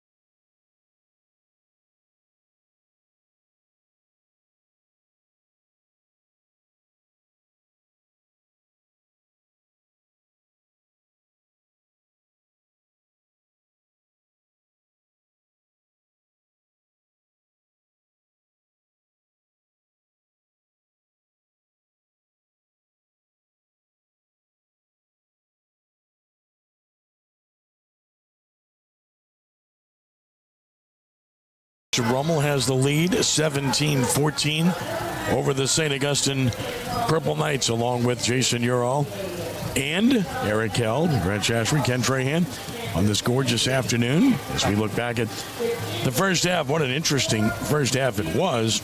You talk about a dramatic change in the game. St. Augustine came out like a ball of fire, just absolutely took it to Rummel. Took the opening kickoff. Purple Knights drove 69 yards in 8 plays, taking 3:16 off the clock. And Vashon Coulon hit Miguel Whitley on a 21-yard touchdown. And Cameron McCall made the extra point to make it 7-0 with 8:44 to play in the first quarter. The Purple Knights got a stop, got the ball back, needed just 2 plays to add to the lead. Coulon on a slant to LeJean Moore, a 61-yard touchdown. He just ran by and ran away from the defense. And the Purple Knights, after the extra point, had a 14-0 lead in total control with 3:20 to play in the first quarter. It looked like the Purple Knights had a chance to really open this thing up early because they then forced a 3-and-out by Rummel. And that's when the game changed. Frederick Lewis tried to field a bouncing ball on a punt, fumbled. Kendrick Joseph recovered for Rummel at the St. Aug 16. It took 2 plays for Rummel to capitalize. General Buggage hit Jalen Ash for 15 yards to the 1. And then Karan Hawkins scored from 1 yard out to make it a 14-7 game after Robert Vargas kicked the extra point, and that was with 1:49 to play in the first quarter. Rummel then got a stop, 3-and-out, got the ball back. Raiders got stopped, though, on 4th down at the St. Aug 16, had to give it back, but then Vashon Coulon was sacked, and Kingsley Barconi recovered the fumble at the 15-yard line. The fumble was caused by Fred Banks, who's had a big first half. And Rummel got the ball at the St. Aug 15. It took 2 plays to capitalize. Buggage hit Mark Chesby for 14 yards to the 1, and then Hawkins scored on a 1-yard run to tie the game at 14-14 with 6:44 to play in the second quarter. Rummel got a stop, got the ball back, and drove 72 yards in 7 plays. Had a 1st and goal at the Purple Knight 4, but could not score. And Robert Vargas came on, and he booted a 21-yard field goal to give Rummel a 17-14 lead at the half. As homecoming ceremonies continue here, we'll tell you about stats coming up in the next segment. We can tell you about what's coming up for St. Augustine. The Purple Knights have Brother Martin next Saturday in that neighborhood rivalry in Gentilly, and they stay with that Gentilly theme against Holy Cross in Week 9, and then John Curtis Christian and St. Aug in Week 10 on November 7th. Rummel coming up next week. It's 2 p.m. on a Saturday again at Joe Yenny against Holy Cross. We'll have that game live for you on radio on the Big Easy, KMEZ 102.9 next Saturday, 2 p.m. from Joe Yenny. Then the Raiders will take on Jesuit on Friday, November 1st at the Shrine on Airline at 7 p.m. And the regular season finale Thursday, November 7th against Carr at Morris Jeff X Stadium. And we'll have that one live for you on 106.1 The Ticket. That's what's coming up for these 2 schools. And Eric, we can mention any of those schools. It doesn't matter. They're all good. They're all tough games. So it's kind of like choose your poison about where you're at. Right now, Carr's the only undefeated team in the league, and they're the best team for sure. Best team for sure. We saw Jesuit play him close last night. We saw the week before last Holy Cross play Carr close for 3 quarters. Carr definitely the class of the league, and everyone else is just trying to figure out how to make headway and keep things close with those guys and hope that they can make a special teams play, get Carr to make a mistake. Week in and week out, it's a slugfest in this league. We've all covered or played in this league, and we understand how it is over the course of not only the 10-game season, but the 7-game season within the season. And it's special, and that's why it's great to be a part of this today. And John Curtis playing good football now, 3-1 in the league. Good win over Brother Martin last night. You never sleep on the Patriots. And this is a great league, Jason. You played in it, as did Eric, and you guys know the tradition. And I mean, it's easy to say, give platitudes. I'd say it's not the best it's ever been, because that might be a little bit much considering how great this league was in the 70s and even the 60s. and 80s for that matter. But this is as good as it's been. When your last place team right now is Warren Easton, and they average 294 across the offensive line, and they have good athletes all over the field, that tells you a little bit about this league. Yeah, I think I'm with you. It's tough to say it's the best it's been, but I think it's the most parity it's ever been. I mean, we had and adding, when I played, the John Curtis, Warren Easton, and Carr were not in the district. We had De La Salle and Shaw, and Shaw was a phenomenal team back then. Yes. But I mean, both of y'all said it right. There are no weeks off. And for the Raiders, not only the 7 district games that we play, the pre-district games we played. I mean, Lafayette Christian, U-High, and Shaw for the Megaphone. It's been a battle every week. Coach Monica called it before the season started. And look, I think that if the Raiders can hold on and win this one, it puts us in a good position to make a run at Carr in the last week. Still got 2 great teams we got to beat. I mean, Holy Cross is good. Some great skill positions. They're so good because they have a former Raider as offensive coordinator. And then Jesuit is so good because they have half of their coaching staff are Raiders. So, look, it's going to be interesting. It's going to be interesting to see the rest of the year how it plays out. Tell us how you really feel. Look, I mean, it's good. These are good teams. Look, here's the deal, and we'll get to break after this, Eric, but with this league, I mean, the problem is that they're going to beat each other. Rummel right now at the season end, I think, would be the 4 seed in Select Division 1. And you want to be a top 4 seed, obviously. The real goal is to be a top 2 seed because then you never leave home, no matter what. That's going to be hard for anyone in this league not named Carr. 1 loss, you can absolutely get that. 2 losses, you'd have a chance with the schedule. More than 2, you can't get it. And it's realistic to think you'd have more than 2 in this league, given the parity week to week. Yeah. Right, Eric? Sure. If Rummel does finish 8-2, they have a chance maybe at a 4 seed. And as you mentioned, 1 or 2 right now. Carr's 1, Acadiana's 2. You're home for the duration as long as you keep winning. Yeah, you can see U-High and Shaw winning out. So, now Lafayette Christian has been a disappointment, but still, I mean, power points, that's what it's all about. It's all about that, and we were talking before the game. It's not about where you're seated. It's about the draw. Absolutely. Last year, Rummel went on the road twice, back-to-back weeks went to Shreveport twice, and then to St. Paul's. And then to Baton Rouge to go play cash. Shot the budget going to Shreveport twice, but happy to do it. Happy to do it with the teams they played and beat on them. the doorstep of playing in the Superdome. And then the year before, Brother Martin had a tremendous draw. Yep. And then got to the Superdome and lost to Curtis, of course, but got there. And that's what you're looking for. You want to be playing your best ball at this time of the year and just continue incrementally getting better and then stay healthy. Without a doubt. All right, homecoming ceremony is continuing for St. Augustine. Congratulations to all part of the homecoming court for the storied institution on AP Turo. What a wonderful school. And kudos to Alston Taylor, good man. Does a great job running St. Augustine. Kudos to my friend Ryan Sims. We appreciate him very much. Terrific guy. Very special person who does a great job. And, of course, Robert Valdez, a great friend of many years. And what a wonderful coach he is, and a guy that unquestionably will succeed at St. Augustine. Just a class act. We appreciate them having us here today. As we know, the Rummel administrators are happy to have us here as a visiting team as well. It's halftime, and it is Rummel 17, St. Augustine 14. Back to tell you about the first half stats, and they get you set for the start of the second half. When we continue in a moment here on the Big Easy 102.9 and CrescentCitySports.com.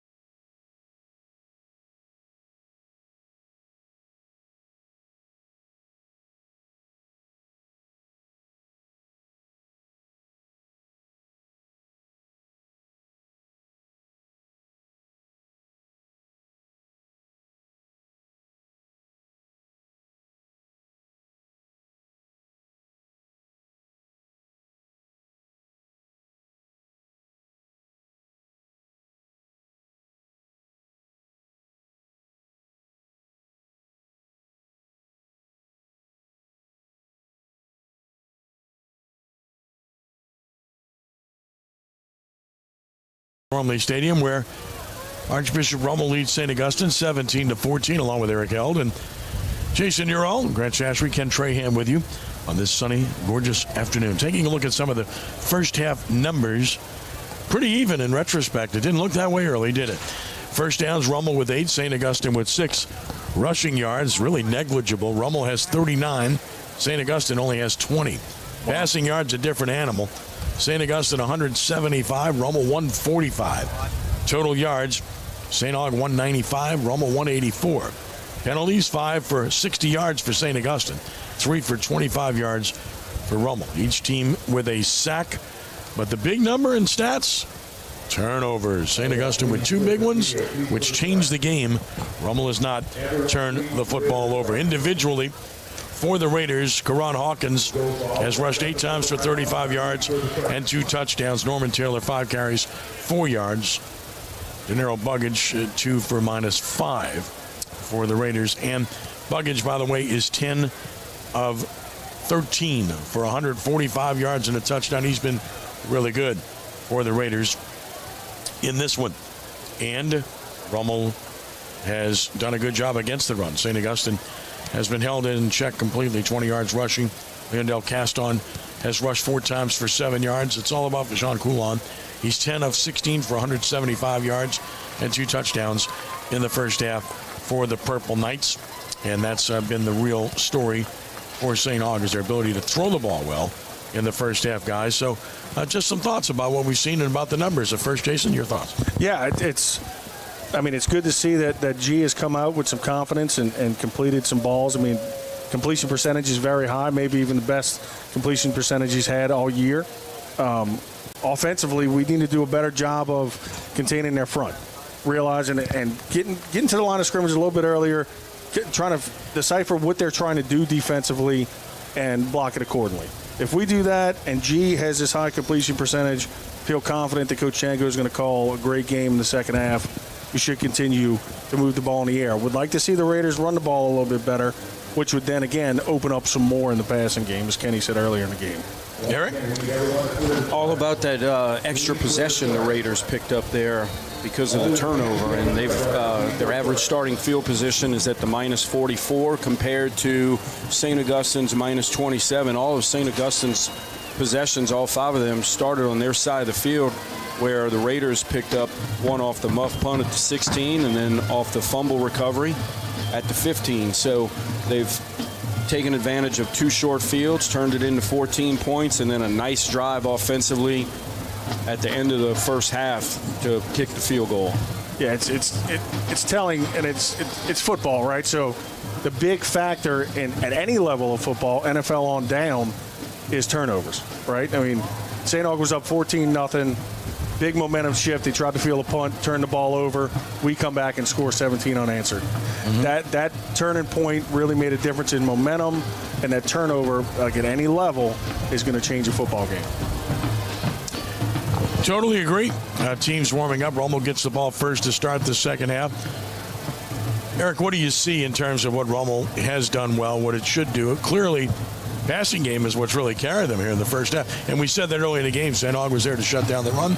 And it looks to me like the passing game has at least opened up a little bit of a running game. And in reverse, it's worked for Rummel, right? Those 3 tight end seam ball completions really good. That's something that they found that they like by formation against their defensive coverages. Did a great job there. They also hit on 2 deep balls as well. And that's something that can not only help you score, but flip the field. Hawkins has been a nice find, the backup running back coming in, but they've created that depth by giving him a number of carries, and he's been producing. Yeah, absolutely. And he's done a great job. But the key is really, after getting down 14-0, that long first drive for St. Augustine, and then the second drive where they boom, and they scored and you're down 14-0, is the Raiders just not getting discouraged and just coming back. 5-man box, 2 high safety, playing man under, but a lot of 2 high, which allows for the other team to run. But when you're so good defending with your 3-man front, your 2 box players, you can just play a 5-man box. And destruct and then play coverage. And in the secondary, I've mentioned that a couple times. Mitchell Harris, sophomore corner, has just been so impressive. He's physical, he's not intimidated, and he runs stride for stride with these guys. Yeah, and you got Lennis Finister on the other side. I mean, our corners are solid. Going back to Buggies for a minute, I mean, Kenny said 10 of 13, 145 yards, and there was also a touchdown that was dropped. He didn't throw it, but it was still, Hawkins, he didn't throw it, but that's still in the passing game. That still is a big play there. So I mean, Rummel is really being effective throwing the ball. Well, you get the feeling that if they can protect Buggage, they have what they want. In the passing game, they found some things that absolutely work. Look, they've got speed on the outside. Joseph can run. Green can really run, and we saw Green get deep and beat his man. Nearly scored a touchdown. We know what Joseph can do. If the tight ends are more involved, they were more involved last week against Easton. They're involved here, and that's going to add another dimension. So the more you can do that, the more teams just can't line up with 8-man boxes and say, we're taking the run away from you. So, I mean, it comes down to the trenches, right? Yeah, it does. Can we block them? Can they block us? Yep. Pressure on the quarterback. Can we run the ball? And so, and when your tight end's not a glorified 6 lineman, it opens up an endless number of possibilities for you offensively. And speaking of those two guys with speed, it is Joseph and Green that are back to receive the kickoff here. Kicking off for St. August, Sire Gilmore to start the second half. 17-14 Rummel. Gilmore approaches it, puts it in the air, hits it down the middle on the ground toward the sideline. Rummel will let it go out of bounds and get good field position as a result. So Raiders will start in good shape here. Right at their 35-yard line. So Raider offense coming back on the field here after having some success. After a slow start. Kind of surprising, Kenny, to see St. Aug's special teams performing so poorly. I know that the coaching staff has really spent some time trying to improve upon that. Had, the bad fumble on the punt returns, some kicks that just really were off target. Probably disappointing for the St. Augustine coaching staff to see that. So now they put the ball down at the 35. And Rummel will start. They'll go with the receivers. Twins to the right. Single receiver to the left side of the field. Buggage and shotgun. Puts Green in motion across the formation. And runs Taylor inside. Short gain, maybe 2. So Norman gets the start in the second half. Tackled after a 2-yard gain by Tylen Watts. Yards after contact. It's just a 2-yard gain, but instead of 0, this guy, his yards after contact today, very impressed with this running back. They need to get him healthy because he is a difference maker. Only a 2-yard gain here. It's 2nd and 8. Ash to the right, Twins to the left. Taylor still the running back. Buggage fakes. Buggage throws outside. Caught by Joseph. He swallowed up. Maybe got back to the line of scrimmage. I don't think he did. Lost a yard. So it's 3rd down and 9. Yeah, trying to get the ball into the perimeter. I mean, they're in a 4-man front, but they're bringing 5. So trying to avoid that. St. Augustine getting good push up front. Offensive line really needs to take control of the trenches. So now a 3rd and long, not the situation Rummel wants to be in. 3rd and 9. St. Aug will pin their ears back here. Here come the Purple Knights. Twins right, single left. Motion across the formation, Ash. Snap it. Throws a little quick one to Ash. He's going to throw a double pass down the field, and I think it's intercepted. Yeah. It is intercepted. So they try to trick play, and it's intercepted by Frederick Lewis. Frederick Lewis had the fumble earlier. Boy, did he make up for it here. Yeah, I mean, big play. We just talked about turnovers and responding from them. Raiders have a big turnover there. Probably gave up 30, 35 yards of field position with that interception instead of incompletion and a punt. Yep. Like the play call, just not the execution. And it wasn't open, and St. Aug gets great field position as a result of the turnover at their own 47-yard line. They make it the 46-yard line. 10:46 to play in the 3rd.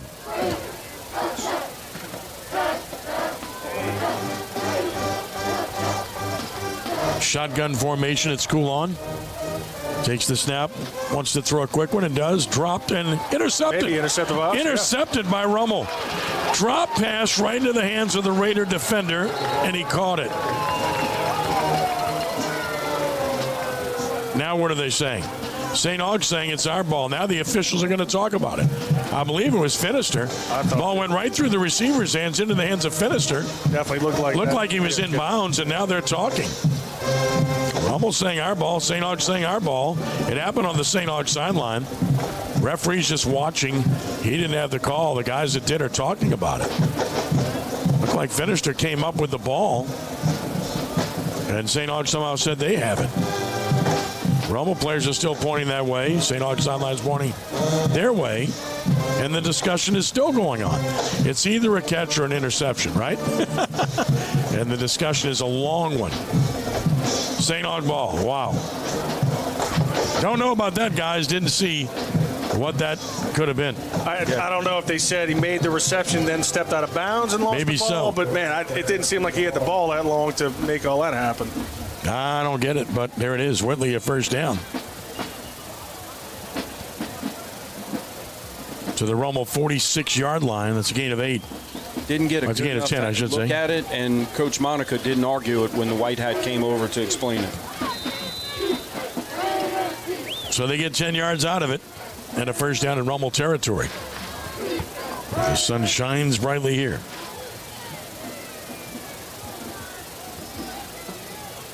Raiders back in a 4-man front. They've been playing a 3-man front most of the day. Pistol formation. Wide side, right side of the field. Now the setback goes left of the quarterback, and a quick throw coming. That's caught outside to the sideline and some positive yards before being dragged out of bounds. Keith Hill gets it to about the 44-yard line, a gain of 2. Very well played by the Raiders defensive backfield there. Good job by 14 on St. Aug, too, not holding, keeping his hands inside. See a lot of youngsters out there grabbing outside, and they got to call that every time. Second down and 8 at the 44. Snap it. Fake it. Coulon keeps it. Coulon forward to about the 42-yard line where he's brought down. So he gains 2 here to make it 3rd and 6. Big third down here for the Raider defense. I don't know, Eric might be in 4-down territory for the Purple Knights. Could be, and back to 3-man front for the Raiders. On 3rd and 6 at the Rummel 42. With 10 minutes to play in the third quarter, 17-14, Rummel on top. St. Augustine with 3 receivers right and 2 left. They are empty against the 3-man defensive front. Now showing a 4th man to rush. And they rush 4. Coulon throws outside. Man, wide open, caught. First down at the Rummel 35. As Hill just sat down there, and he was open and made the catch for 7 yards. First down, Purple Knights. That real soft coverage there, huh? Real soft. In the first half, they went empty. The last snap that they ran empty on their last drive. Same play, a deep stop there for a completion. So Hill has it for first down.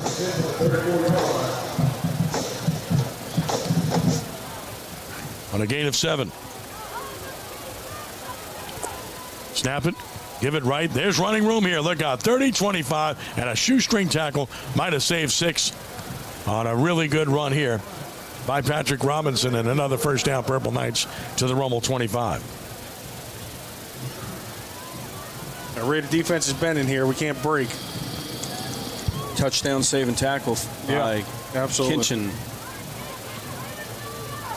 Kinchin played a good game tonight. First and 10 of the Raider 25.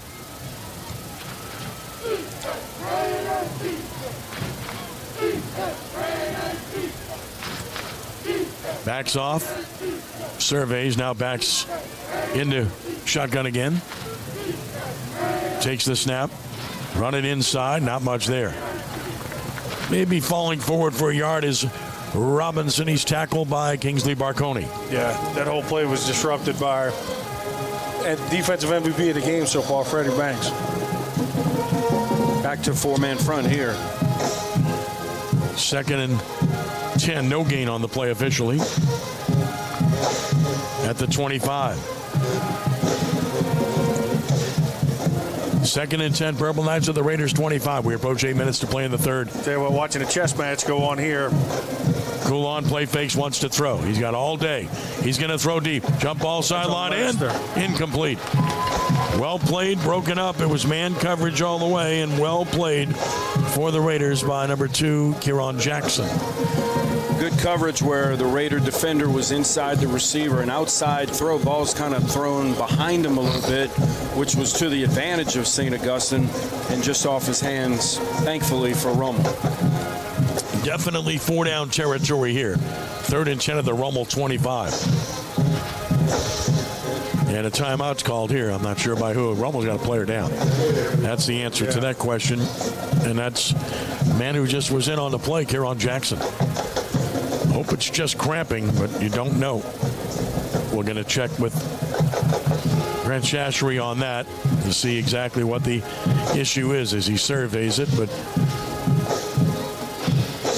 they tend to the injured player, which stops the clock with 7:54 to play in the 3rd. By the way, Tulane only leading 10-7 to the half over Rice. A bit of a surprise there.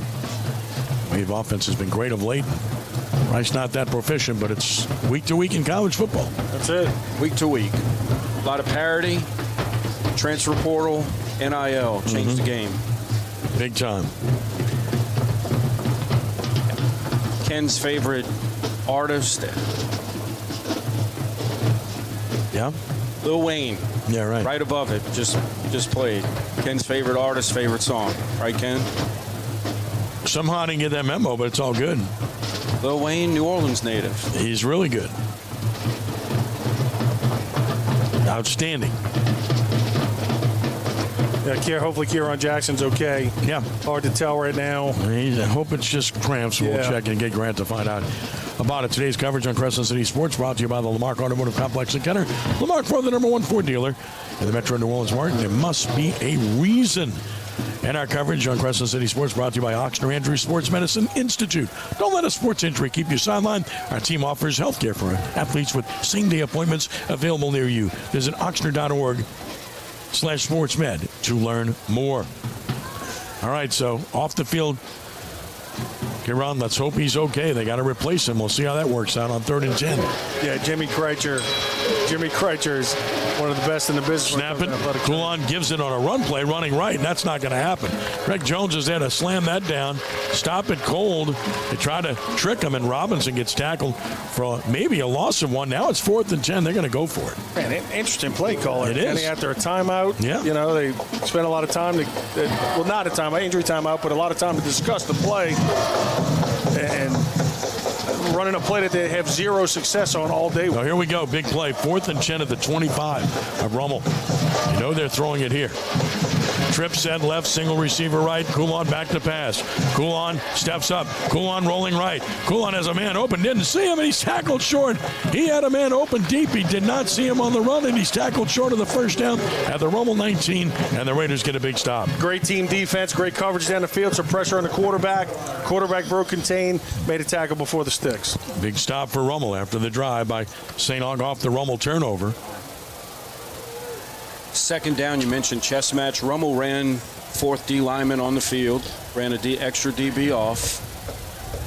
St. Augustine throws on 2nd down. You mentioned chess match to match it. And then on 3rd down and 10, they ran inside where they've been getting zero. They've been getting stuffed. Yeah, interesting call. And watching both teams looking at the sideline as the play clock's going down. Snap it on 1st down, run it inside. Taylor trying to bounce it, finds a couple, fights forward for about 4. He got all he could out of that. Did a good job to get 4 to the 23. Look, you got to give credit to Taylor having guts out there playing. You can tell he's not at 100%. He's still running hard. What a performance. 2nd and 6 at the 23-yard line. We hit 6:38 to play in the 3rd quarter. 17-14 Raiders on top. Slot man left, receivers to either side. Snap it, going to run it inside. Taylor's got a little room, but not much. Fights to about the 26. So big 3rd down coming up. They're going to give him the 27, it looks like. So give him 4 yards. I mean, it didn't look like much, but he got 4. But now here comes a big 3rd and 2. Yeah, and something you really haven't seen today, Kenny and Eric, is, you see a lot of RPO action, right? I mean, they're running some counter, they're running some inside zone. G has not kept the ball at all. Well, he kept it once, and he got tackled for nothing when he did. Yeah. So one time he did. Be surprised if they don't go back to that. 3rd and 2 at the 27. Snap it, give it off. Bounce it right. Taylor, no. He's short, and Rummel's going to have to punt the ball. So a 1-yard gain, and the Raider offense cannot do anything. And for a second time, they've come up short and put the pressure on the Rummel defense as Rummel must punt the football. Again, you can't go slow developing there. You just have to hit it there, and he tried to bounce it and couldn't find any room. Got 1 yard. And Deepolite will punt the ball. Raider offense is short-circuited thus far in this third quarter. St. Aug's having a lot of trouble lining up for this.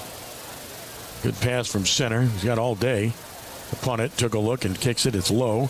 Needs a bounce. Gets it. 40, 35. Good Rummel bounce down to about the St. Aug 32-yard line. So that's where the Purple Knights will start this possession.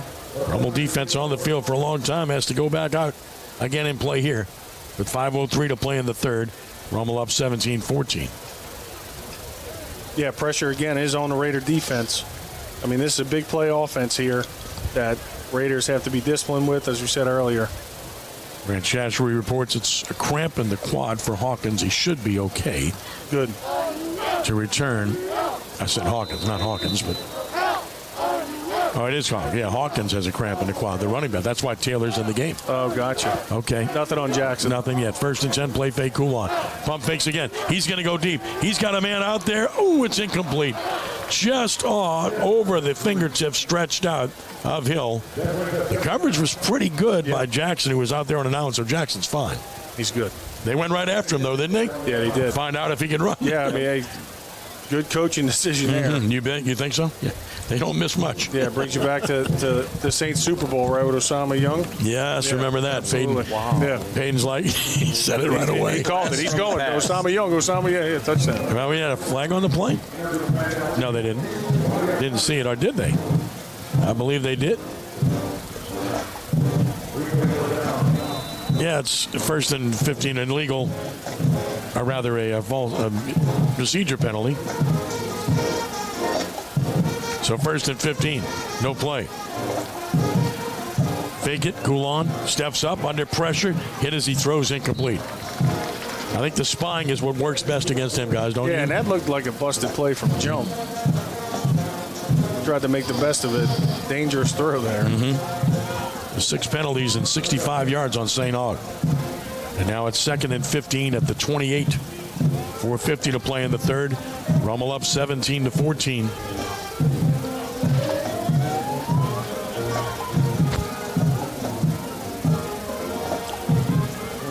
Slot man left, snap it, fake it, pressure.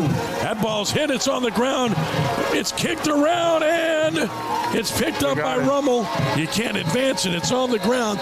But if it's a fumble, if they rule it, Johnson recovered for the Raiders, and they do rule it a fumble. A sack fumble, and Johnson recovers. 3rd turnover by St. Aug. I didn't see who had the pressure in there, but I bet our friend Freddie Banks had something to do with it, huh, Kenny? Well, yeah, we'll try to get Grant to find out who created that for Rummel. You can ask the question down there, and we'll get an answer from him. But that's a sack, a fumble, and Lester Johnson recovers for Rummel. As mentioned, the 3rd turnover by St. Aug, and that's really the biggest difference in the game. Now Rummel gets it at the St. Aug 27-yard line with a real opportunity here, up by 3. Got to have 6 here, Kenny. Got to have 6. Got to show some offense here. Haven't done it yet. Here's a run for about 3 yards. That's Hawkins back in the game, so picks up 3 to the 24 at 2nd and 7.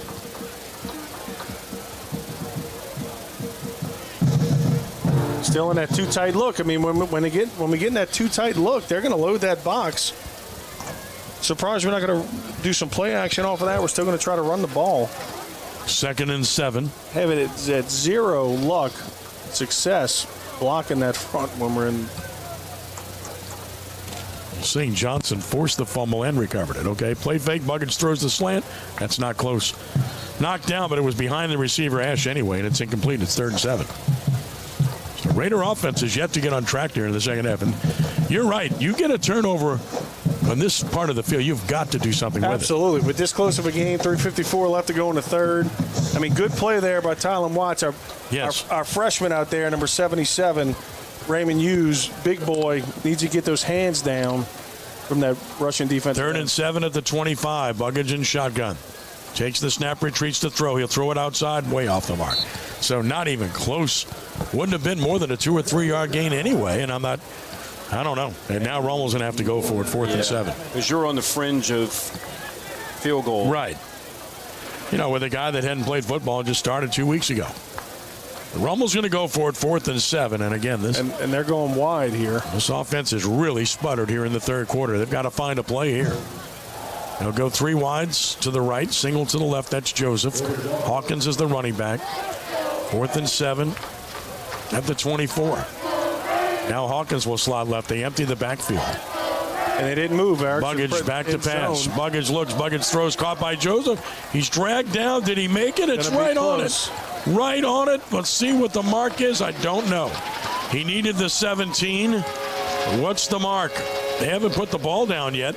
I think he's got it where they put it down, but we're waiting on a signal. They might have to measure this. He got it. They got it. There it is. First down, Rummel. Right. 7 yards to Motion Joseph. first down, move the chains, wind the clock. And Kendrick Joseph just makes things happen when he has the ball in his hands. Got to find a way to get him the ball more. 7-yard completion, and a big one there for Rummel. Joseph 5 catches, 30 yards. 1st and 10, Rummel. Back, throwing, slant, incomplete. Well, they've gone to that slant a lot. It's not really been there. No. The tight end pop pass has been there, but not the slants. That one's incomplete for Joseph. It's 2nd and 10 at the 17. And they're just sitting in zone, huh, Eric? They are. That might be because of that seam route that they were giving up. That zone might be taking it away. But 3 receivers left, a single to the right. Hawkins, the running back, on 2nd down. Snap it, give it to Hawkins inside. He fights for 3, and then he stopped. He battled hard to about the 13, it looks like, so give him 4, but here's another big 3rd and 6. St. Augustine showing too high safety look there, and they spin down one of the safeties down, rob it if you're going to throw, but ends up as an extra box defender there to defend against the run. going back in there, too tight set. So here's a big 3rd and 6 for Rummel at the 13 of St. Augustine with 2:30 to play in the 3rd. Rummel up 17-14, wide side, left side of the field. Hawkins, the running back. Buggage under center, fakes the counter, pulls left. He stops. He's under heavy pressure. He evades one. He's going to get hit and drop for a big loss. Back to the 21. He's sacked. Was under enormous pressure. Again, the slow developing stuff has no chance against this pressure defense. No, we've had success in our 90 game and anything with play action there. They're just not buying. They're not buying it. And now you got an injured player on the field as well. As for St. Augustine. And Rummel likely to try a field goal here. It would be about 38 yards.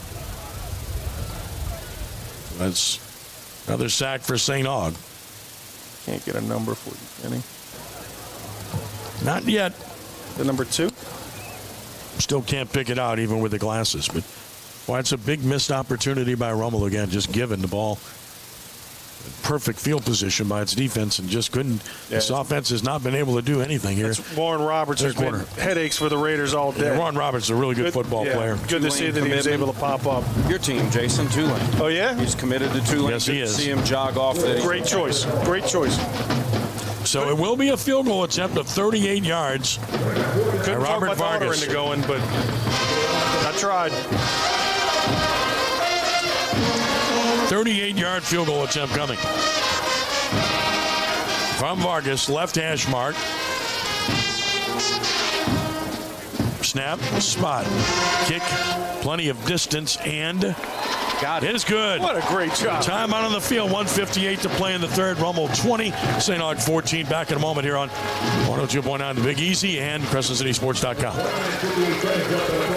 Beverly Disposal at 1215 River Road in Bridge City is proud to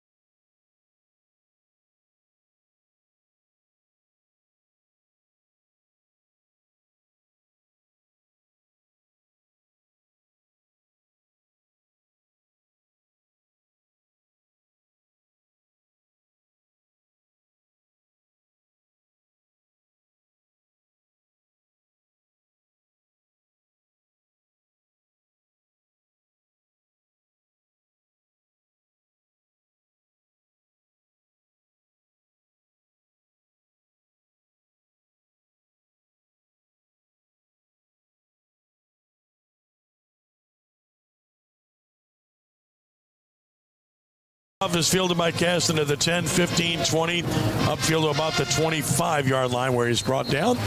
St. Augustine will start there with 1:50 to play in the third, and Rummel up 20-14. They did get points out of it, guys. They needed to do that, but still only up 6. Yeah, look, three's better than none. Yes. Would love to see 6 there again, but going back to, Kenny, what you were saying earlier, the pressure's still on the Raider defense. This St. Aug offense is explosive. Great crowd behind them, marching 100 behind them. It's going to be a full 13:50 left in the game. We're going to play every second of it. Yeah, I mean, Rummel has just 16 yards of offense in the third quarter, have been unable to do anything thus far. 1st and 10, St. Aug at the 25. Goulon in shotgun. Snap it, fake it, throw it outside, open, caught, 30. Broke a tackle. You got to get him on the ground. Did not. It's about 5 yards on the gain, though. Good job on the catch and fighting. And that was their Miguel Whitley. He's had a good game. 5 yards, 2nd and 5. Yeah, I think Coach Monica is okay with playing this coverage in the middle of the field until we get closer down to the goal line. Going to let them catch the ball in front of them, depending on our tackling here. Injured player. So we got an injured player for Rummel, and again looks cramps. And that's going to be Chris Parker Jr. I mean, you wouldn't expect cramping on a day where it's in the 70s and it's pleasant, but we've seen that a couple of times here. So, tending to Parker with 1:27 to play in the third quarter, and the Raiders holding to the lead as we speak. 20-14 is your score. And look, last time we had a Raider go out with cramps, it was Kieran Jackson. Yep. Went right after him. They did. So let's see what the Purple Knight staff does here. Today's coverage on Crescent City Sports brought to you by the Game On Social Hub at 2421 Veterans in Kenner, with a full-service restaurant, arcade, games, bowling, axe throwing, and laser tag. Game On has it all. They're open till midnight tonight. Join us Monday nights from 6 to 7 for live football conversation on our Saints Hall of Fame show on 106.1 The Ticket from Game On Social Hub. Our guest this Monday night at Game On, my guest will be former Saints tight end Boo Williams. Come out and join us. A lot of prizes to give away and a lot of fun at Game On Social Hub. Hope to see you then. You throw the axes, Kenny? I don't throw the axes, but we set up our broadcast positions right next to that, so we hear it loud and clear. As long as you're not down range. You got that right, buddy. I'm outside the cage. 2nd and 5 at the 30. Wide side, right side of the field. Snap it. Coulon gives it to Robinson, trying to get the right edge. Cuts back. Big hit. Delivered. He is just absolutely blown up by Kieran Jackson. What a hit. You can hear it from here, right? Yeah. Robinson takes the shot. No gain. It's 3rd and 5. Yeah, good to have him back in the game, obviously. Great to have him. Great job running downhill, playing it inside out from his spot on the wide zone by the Purple Knights. Here's a conversion down 3rd and 5. Under a minute to play in the third. Purple Knights at their own 30-yard line. It's got to be disciplined in our coverages here. Caston, the running back, play fake, time. He was going to go deep. Down the field, down the middle, incomplete. Again, they get man coverage, and again, another player cramping up for Rummel, and that's Mitchell Harris on the coverage. The pass incomplete, and a likely punt situation here. Again, a lot of guys cramping up for Rummel. They're definitely going to punt it away. He takes a seat. Yep. I mean, he tried to get up and move, but you see him limping, and he sits down with 40 seconds to play in the third quarter. So the Rummel secondary has a lot of guys going down. Look, they're running around a lot. Running around a lot today. St. Aug starts, slinging the ball around the yard. So back judge, told him, hey, take a seat, let your trainer come work on you. Yep. Grant Shashery is on the sideline for us. And Grant, if you hear us right now, why don't you talk about these injuries, what we're seeing. It's all cramps from what you're seeing, Grant, is that correct?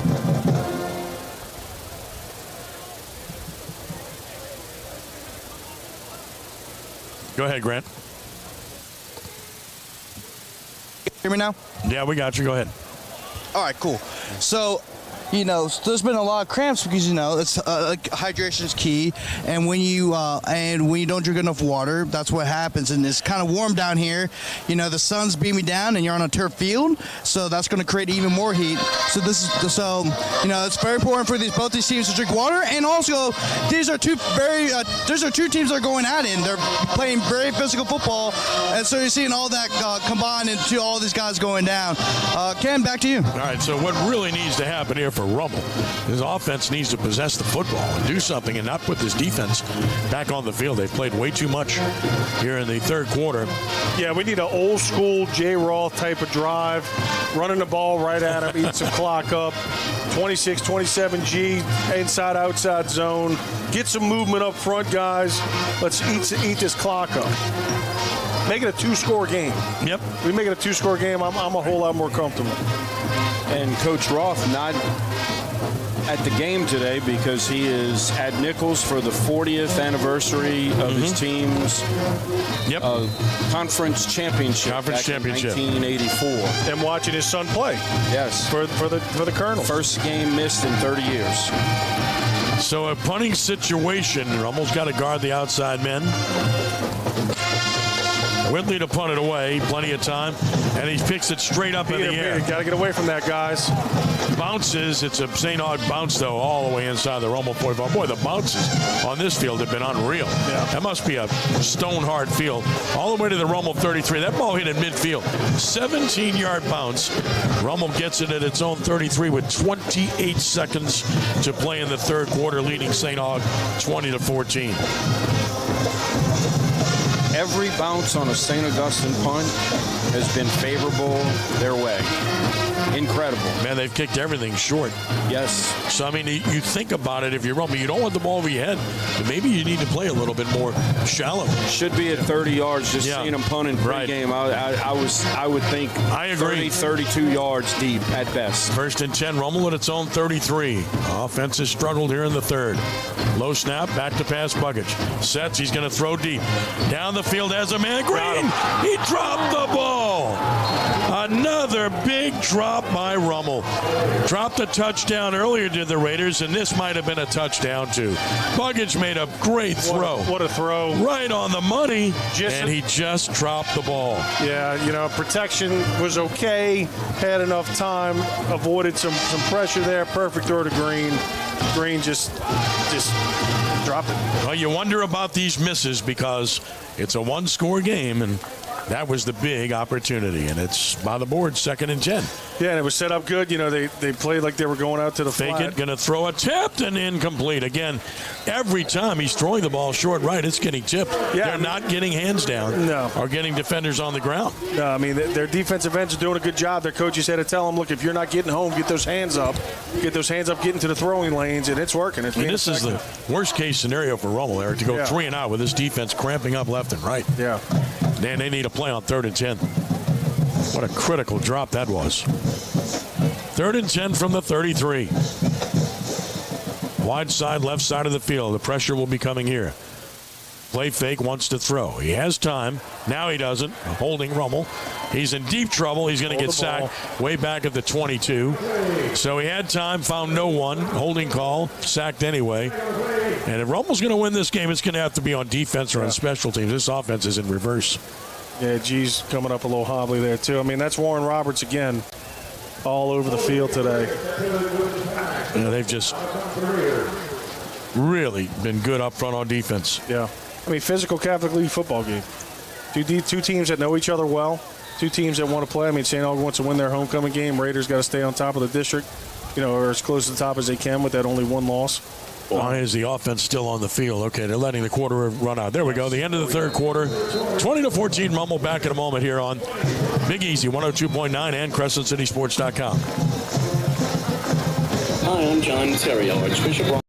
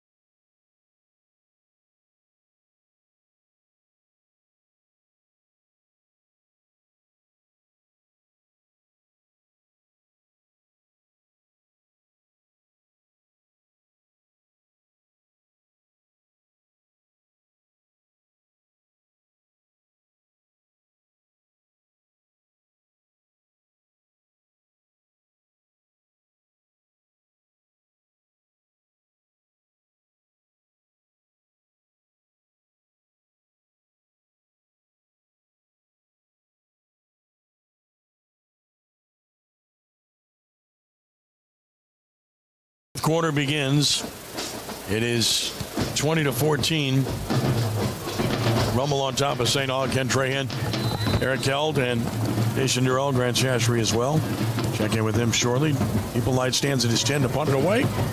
Twin receivers are deep for St. Aug.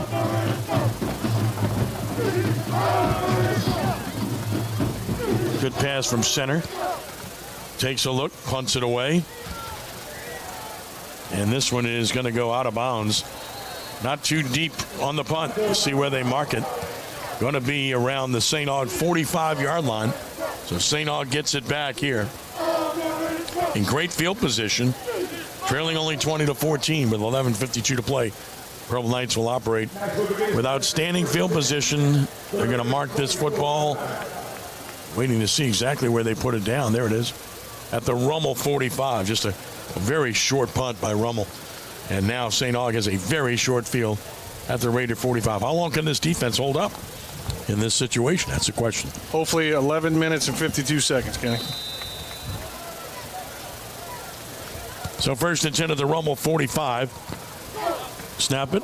Run it inside. There's a hole, and there's 8 yards. One of the best running plays for St. Aug. That's a different runner. That is Jael Noble, the backup quarterback on the run. So they put in a different runner, and Noble gets 8. He was shot out of a cannon on inside zone there. Give him 7 to the 38 officially, 2nd and 3. And they're sticking with Noble. They should.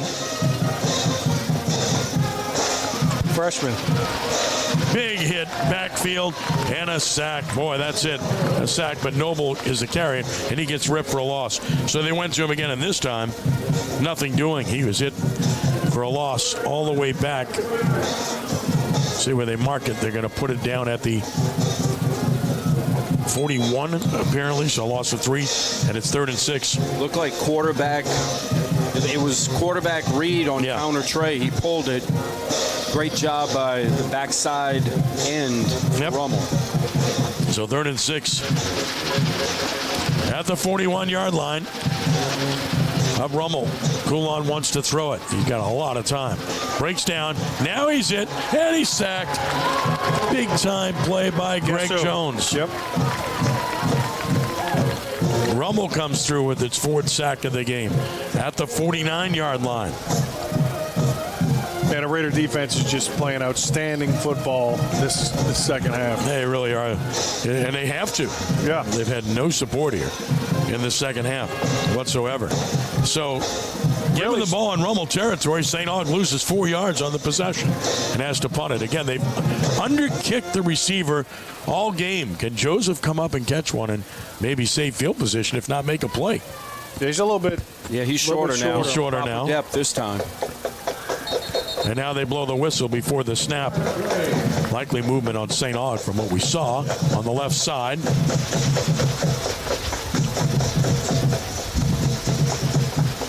I mean, the Raider defense, since they gave up those early 14 points, I mean, they have made some adjustments, tightened down, and played lights-out football. They really have. I mean, this offense has just not been what it was earlier in the season in the last few games, as we've seen. 7, 13, and 14 points in the last 3 games coming in. 20 today, but they might need more. We'll see. Punt situation here. Whitley to punt it away. Takes the snap. Got it off under pressure. Short kick. Fair catch called. And good job by Joseph to be in the right place there because it stopped the ball from bouncing, and he gives Rummel the ball at the 31 with 9:31 to play in the game. Rummel gets it back up 20-14. Grant Shashery on the Rummel sideline. Grant, if you read me, take it away. Tell us about what you see down on the sideline right now. Grant, take it away.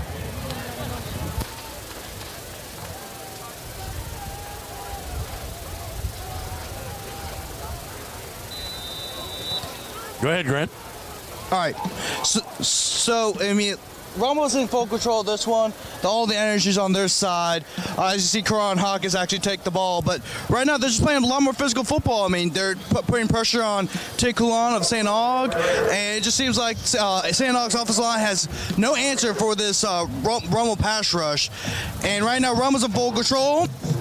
Go down the field and put this game.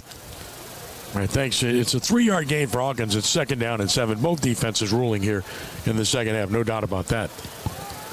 Who can make a play on offense? 9 minutes to play in the game. Rummel up 20-14, 2nd and 7 for the Raiders. Snap it, run Hawkins inside, and nothing there. He dives for a yard or two, that's it. To the 36, he got 2, and now it's 3rd and 5. Another big conversion down there. Again, how many times can you keep putting this defense right back on the field? I mean, we need to get a first down just to give our guys a little breather. In a bad way. I mean, they're already off the bench, putting their helmets on to come back on. Yep. They need a break. 3rd and 5, Rummel at its 36-yard line. Hawkins 47 yards rushing in the game. Taylor just not effective enough. Snap it, run it inside, no chance. Well, he did fight forward, but he's still short of a first down. Now he's a good 2 yards short. Yeah. So it's going to be another punt situation. Hawkins really nowhere to run there. And Rummel goes 3 and out yet again. So Hawkins got 3. 3 and out go the Raiders. Take no time. And we'll have to punt it away again. Now, St. Aug's not been rushing at all. And it's 4th and 2, and if you're deep light and you see a gap and with a 2-yard situation. I was just thinking the same thing, Kenny. Does Rummel have a fake that they like that they practice during the week? I mean, well, he's been holding the ball, watching because they're not rushing at all. Maybe this is a time. We'll see what opportunity. happens. He likes a great athlete. Starting safety. Snap is good. He'll punt it away. And he hits this one bouncing right to the receiver at the 20. Shook a tackle and another. 30, 35. Good return. And St. Aug gets good field position as a result. Now a late flag thrown as well. Yeah, I think they might call a late hit on us. Well, that's going to really hurt Rummel and give St. Aug the ball really near midfield. Another short field. And again, how much longer can this defense hold out? St. Augustine's played outstanding defense. Both sides have really done the job in that regard. So the discussion takes place. Get the signal. Personal foul against St. Augustine. Oh, good. Well, good if you're a Rummel fan, but that's 15 yards. So 8 penalties and 85 yards on St. Augustine. That's hurt the Purple Knights in this game. Yeah. This will be the Purple Knights' 10th drive on offense. Their previous drive was the only one that began in Rummel territory. This one will start from the 26 of the Purple Knights with 7:22 to play. Still 20-14 Rummel. The only 2-score lead of the game was St. Aug at 14-0. Rummel scored 20 unanswered and trying to hold on here. Purple Knights have other ideas. Snap it, blitz on, throw it outside. That's caught. And 4, 5, 6 yards for Robinson on the play. So Robinson up to about the 31. They're going to mark it there for a gain of 5. To make it 2nd and 5. Big drive here. Big drive for both teams. 2nd and 5.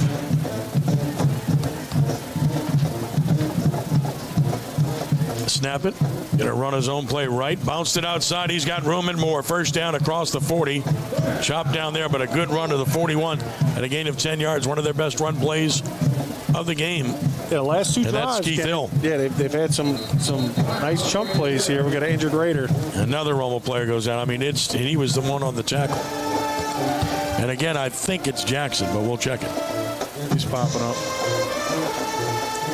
This defense cramping up, wearing down, and again, can it find enough muster to hold again? Purple Knights knowing what a touchdown would do in this game. It's a 1-score game all the way. One of the few times you'll see an inside zone play bounce.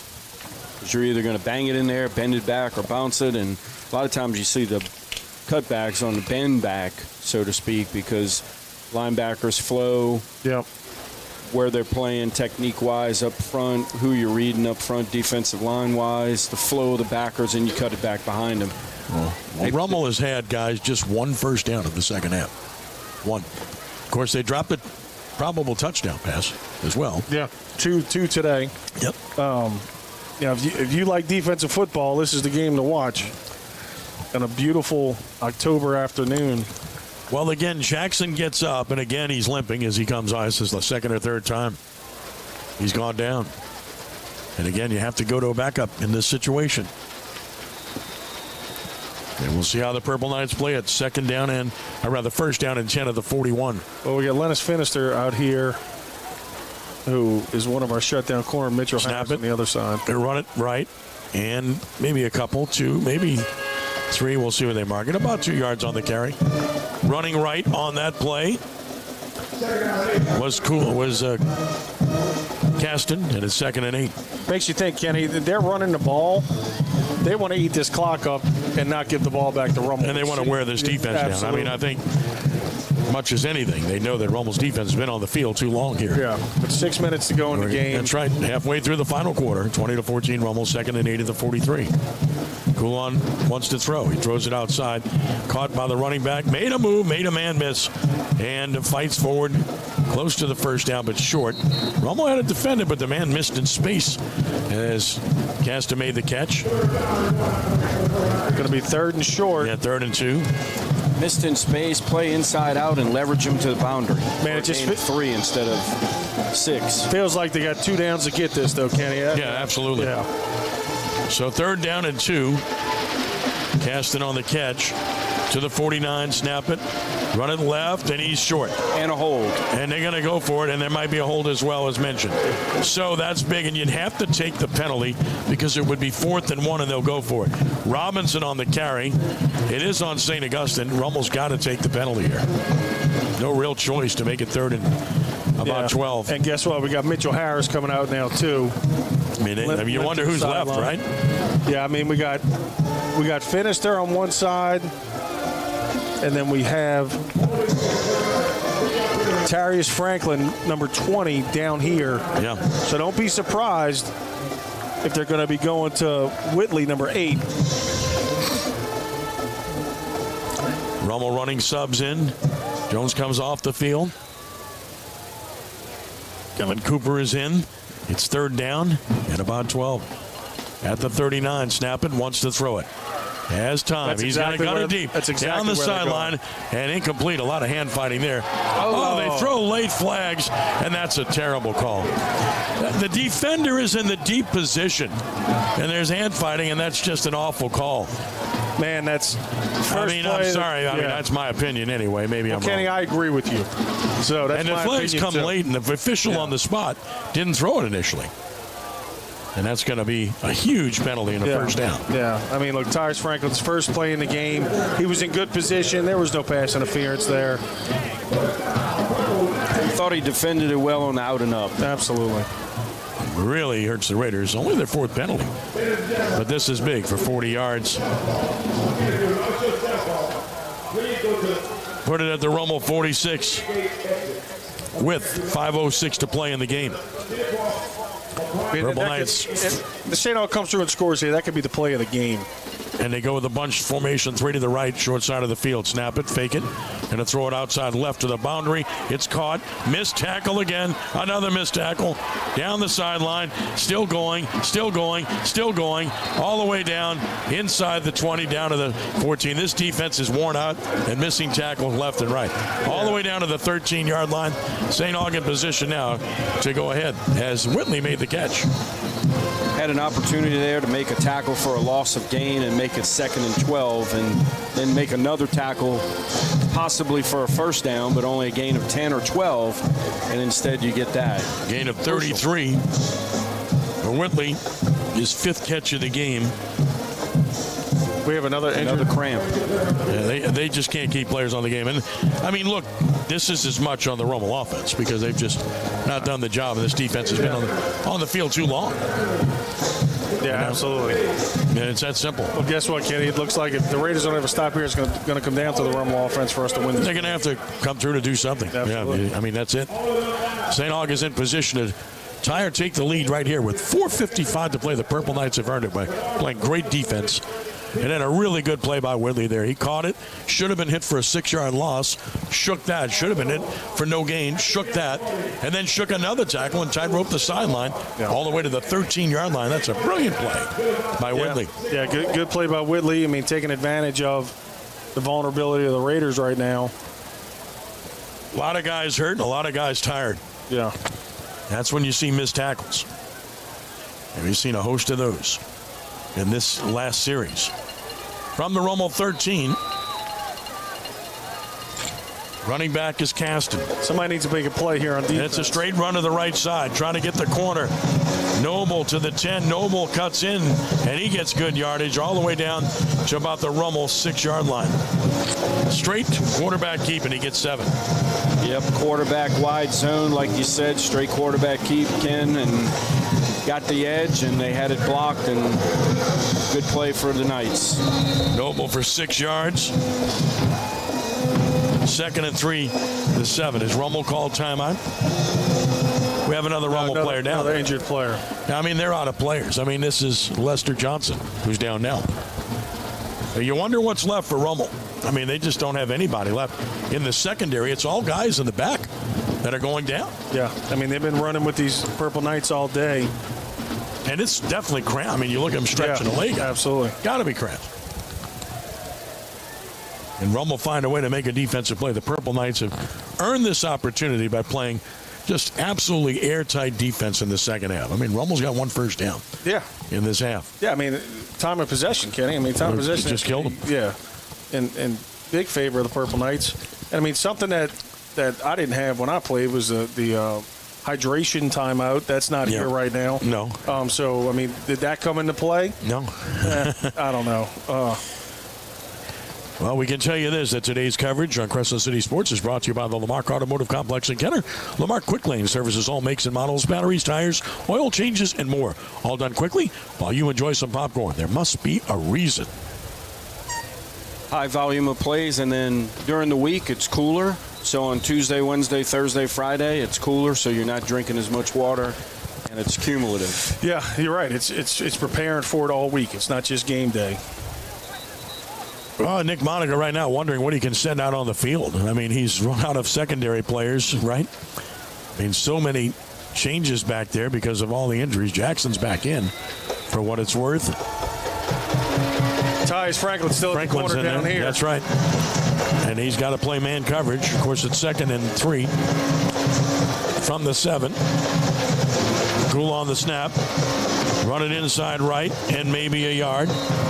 If that, good play by the Raiders defensively. And Robinson had the carry, but they're eating clock as well, and it's 3rd down. Yeah, St. Aug's going to take their time with this. Without a doubt. So Robinson on the carry. Ball spotted at the 7, no gain. It's 3rd and 3. Clock melts down to under 4 minutes to play. 20-14, Rummel clings to the lead. Purple Knights threaten to take the lead or go ahead here. Taking their time, as well they should. Ready to operate now. Coulon sets Robinson in the backfield next to him, takes the snap. Gives to Robinson, he's bottled up, and he's going to be stopped by Greg Jones for no gain. And now the play of the game coming. It's 4th and 3. Rummel interior defense has been terrific all game. Interior defense and the linebackers, Kenny. I mean, they've both played phenomenal football here. The defensive box, incredible, as y'all have mentioned. Yeah. St. Augustine, their best play, running-wise, or maybe run or pass, is 18 keeping the football. Yeah, we get a timeout taken here. Who took this one, by the way? I can't tell with the sun right in our eyes. So we have 3:10 to play. St. Augustine took it. 3:10 to play in the game. The game is on the line. It's 4th down and 3. And St. Aug is at the Rummel 7, needing 3 yards for a first, 7 for a potential game-winning touchdown. 20-14, St. Augustine on top. A lot of things here. Even if Rummel gets a stop, they'll be deep in their own territory, and St. Aug with timeouts. And Rummel not moving the ball, but first things first, if you're Rummel, you got to get a stop. Yeah, but they burnt that one timeout, so that helps us out. I mean, look, this is the play. This is the play of the game. Our defensive front has played very well all day. You're going to leave them, get pressure up front, and you got to play assignment football. No penalties on the outside. No pass interference penalties. Don't be surprised they try to take advantage of our young sophomore out here with a fade route. But they can get a first down without scoring. Correct, to the 4-yard line. So play call interesting. The wide side is the left side of the field. Going to line up in the backfield with Keith Hill. They've been successful on slant plays here, too. On 4th down and 3 of the Rummel 7. Coulon in shotgun, takes the snap. He runs a pop pass throw, caught to the 1-yard line on a halfback pass, caught at the 1. It's 1st and goal. It's the best case scenario for St. Aug. So they convert, and it's 1st and goal. The pass was caught by the tight end Dupuy. 1st and goal on the completion from Hill. It was the Tim Tebow pass with a handoff. All right, you're going to see Coach Monica start using his timeouts after this play, I would imagine. Yeah, the clock's down to 2:45 and counting, and St. Aug will take its time. Run it. Did he get in? He did. Touchdown, Purple Knights. This game is tied. Big extra point. Rummel's coming with everything after. So a touchdown. Purple Knights has tied the game. Hill with a touchdown. And now the extra point to try to put St. Aug on top.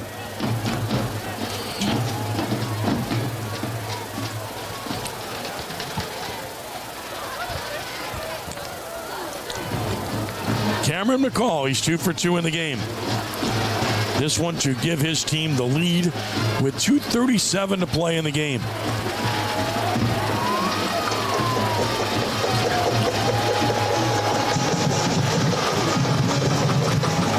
Snap is good. Spot is down. The kick is blocked. Kick is blocked. The Raiders blocked it. And with 2:37 to play, we are tied 20-20 here. Wow. Hopefully that's another special teams momentum shifter there. Raiders get some momentum, get the ball, drive down and score. End this thing in regulation. And try to find out who blocked it. We'll get Grant to check on that. Yeah, 20-20 game. Looked like they had some seepage there from the B gap on the right side of the offensive front for St. Augustine, and you had pressure from their left as well. And what I was going to say prior to that, in a tie game situation, you want to try and crowd the line of scrimmage, crowd the ball, get a great ball, get off, and run to the block point. But also, you can also, because the ball's from the 3, try and time it. If you jump and you get flagged, they're going to move it to the 1.5 yards. And they're going to either try and kick it again, well, then don't jump this time, or they're going to go for 2 and you stop them because they move it to the 1.5 yards. A lot of things to think about there on such a simple play. Can Rummel do something on a kick return? Remember, the ball hit the ground earlier. They don't figure it's going to go that deep. The deep men are standing around the 6. Are they too deep in this situation? We shall see. Gilmore to kick it off. He hits it short. It's going to bounce again. And it goes right by the deep man. Rummel completely misplaying. They completely misplaying. It's a dead ball in the end zone.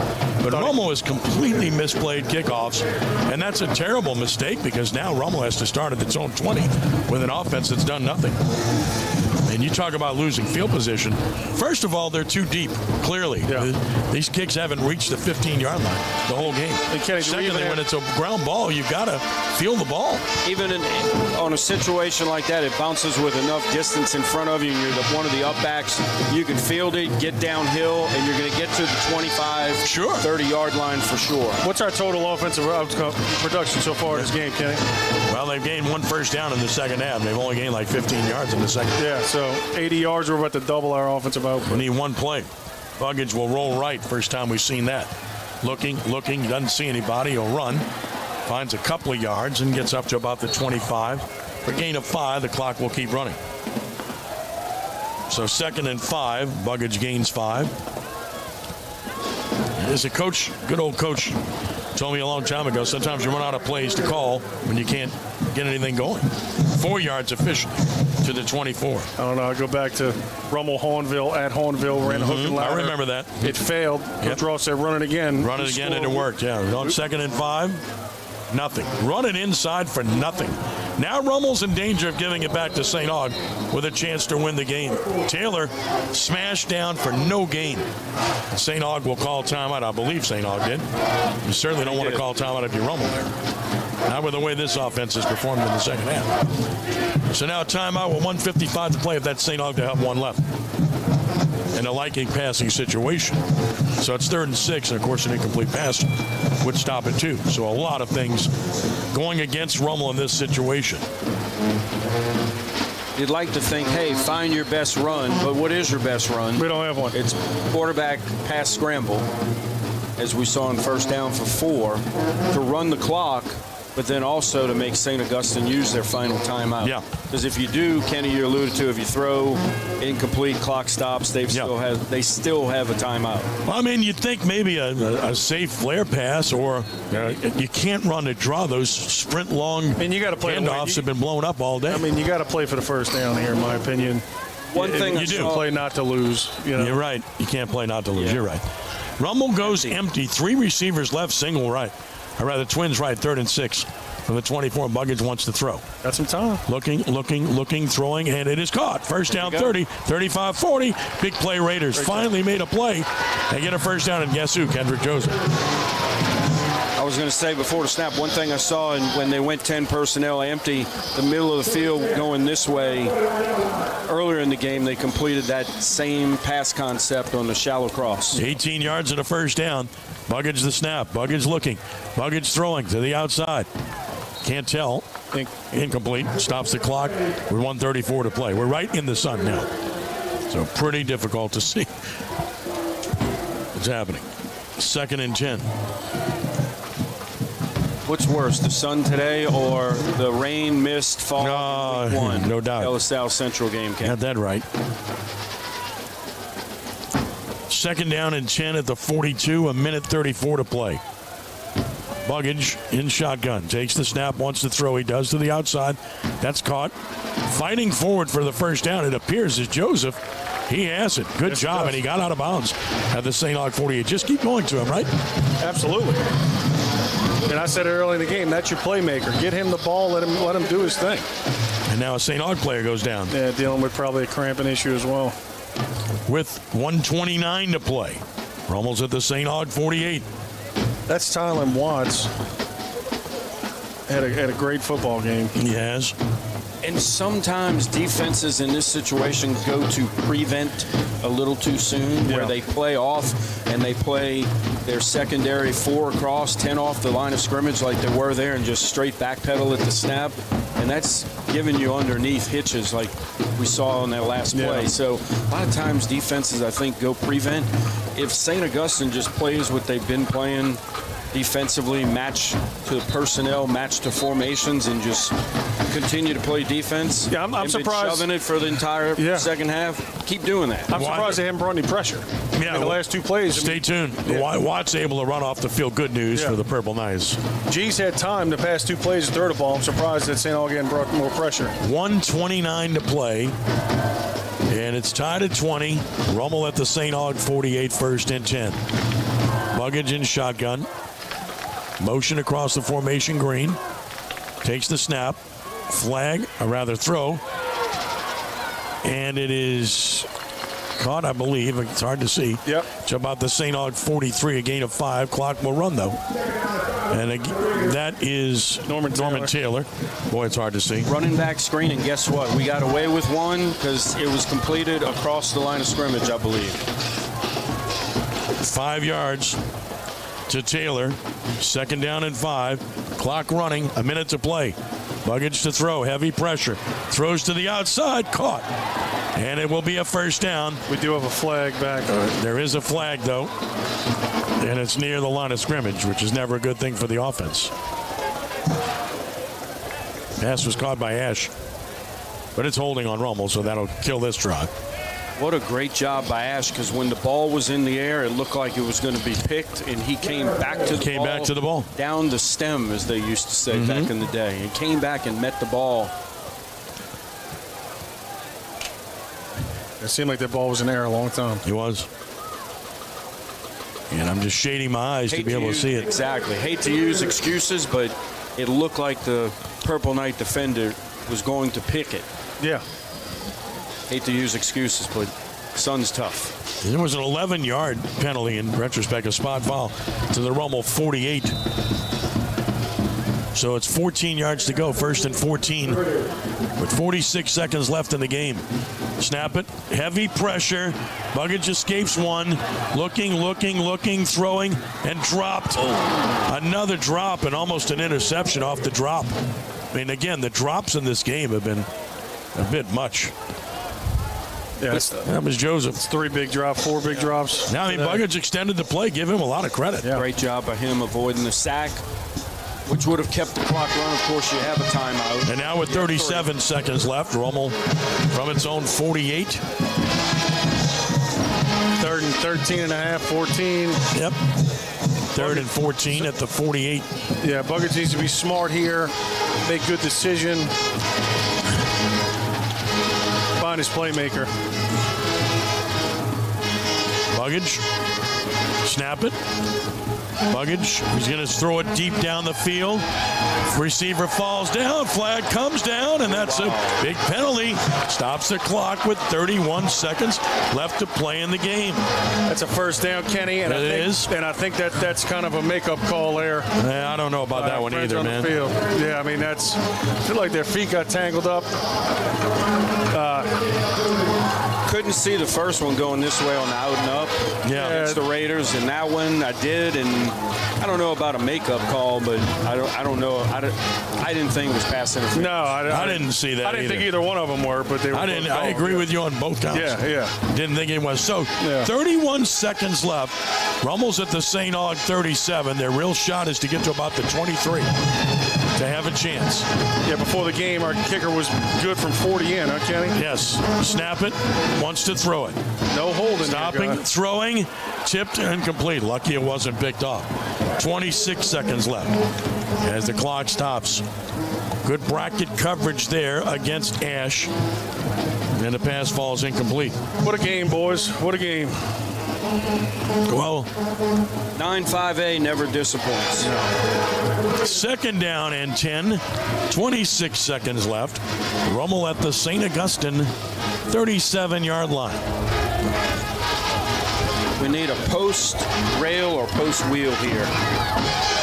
Get the corner in on the post and wheel behind him. Snap it, wants to throw it. Quick out, thrown, caught, and driven out of bounds. That stops clocking. Short gain. They're still about 10 yards short of where they need to get. And I don't know why the clock's still running. The clock can't run. All right, it stopped. Okay, so Joseph to catch with 19 seconds left. And they mark it at the 32-yard line. So a gain of 5. And 3rd down and 5 coming up. And timeout for Rummel. And they have one left, I believe. I calculated correctly. Joseph has 8 catches now for 63 yards. Not a ton of yards, but he's making the catches and sustaining things. Again, let's see here. At the 32-yard line, they really need about 8-9 yards here to have a real chance. Would they try it from 49 or 50? They might. I think you have to, Kenny. Yeah, you would. I think you have to. And you look at the flags, the wind's picked up. It's crosswind all the way. Crosswind with a little bit towards the corner there of the closed end of the stadium. All right, so here's another big play. 3rd and 5 at the St. Aug 32 with 22 seconds. They put time back on the clock, guys. 22 seconds left. Good. They did let it run off, as you mentioned. They fixed it. Wide side, right side of the field. Buggage cannot take a sack. Retreats to throw. Looking, throwing short screen, caught, but nothing. And now Rummel's going to have to try something. He stayed in bounds, too. Rummel needs to stop the clock. It's a gain of about 1, and now it would be about a 50-yard field goal. That's okay with it staying in bounds. I'd let the clock run down, call you timeout, and give it a shot. Well, they didn't. They stopped the clock. Yeah. I think Rummel called timeout. No gain on the play, so no gain to Hawkins to the 32, and it's 4th down and 5. And now you got to decide whether you're going to try the 49 or 50-yard field goal. Well, with them huddling up here, I think they already decided that they're not going to. They're not going to try it. Right? Yeah. And I get it. So Hawkins the catch, but nothing there for him. So 4th and 5 at the 32 with 15 seconds left in the game for Rummel. Now, if you're out of timeouts and you make a first down, what you must do is get up to the line and spike the ball. Yep. They'll move the chains, but you have to be able to spike it quickly. Give the ball to the line, Judge. Let him mark it. No doubt. I mean, red ball is in play here. Everybody needs to be paying attention to see where that ball goes. If you have one play that you haven't used that you think is there, this is where you use it. Yeah. 4th and 5 at the St. Augustine 32 with 15 seconds left in regulation, tied at 20. Hawkins, the running back, Buggage and shotgun. Takes the snap, retreats to throw. Looking, throwing deep, and that's way overthrown. Not even close. I'm not sure what that was. No, he had time. I mean, that was just, he had all the time in the world, and he just threw the ball to nobody way down the field. Yeah. So, 10 seconds left with overtime beckoning here. I don't think that's what they were looking for there. I'm just saying. Keep in mind, we still have some youngsters out there in the secondary. No doubt. Not over yet. That may not have practiced, Hail Mary type situations before. Nope. Coach Monica's going to be coaching them up real quick. Mitchell comes back into the game, though. Well, at least the defense got a rest on that possession, if nothing else. But having to play in overtime, boy, the momentum certainly has shifted to St. Augustine. St. Augustine will let the clock run out. So we're going to go to overtime. Tied at 20, we're going to overtime, folks. How about that? Free football. Yep.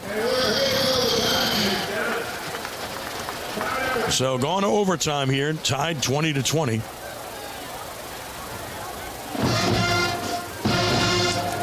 And now, the high school rules, possession at the 10-yard line.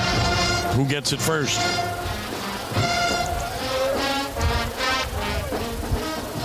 And again, these teams are so evenly matched in this league.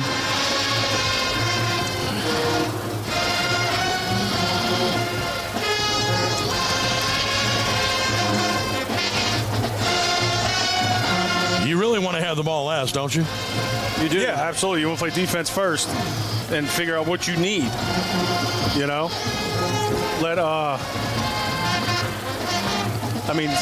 Side of the field is really, preference at this point. I mean, the band for St. Augustine's right in the middle at the 50. Does it matter? Yeah. Wind, short. No, I think you're at the 10. Not really a big difference to me. 10, not that big of a difference in high school. No. You've got the open end of the stadium where the wind is more in play. Just interesting. Neither team has really been able to establish a running game, but St. Aug definitely had one at the end of the fourth quarter, their final drive. They had some chunk plays. Being at the 10-yard line, they're going to have some confidence in their running game at this point. Raider defense needs to step up and stop it. Rummel finally at least mounted some offense on that possession, but it wasn't enough. And it all started with the fact that they cost themselves field position badly by mishandling a kickoff again. I don't really know what we're discussing down here, Ken. I don't know either. It's you just go flip a coin, right? Pretty straightforward, right? Yeah.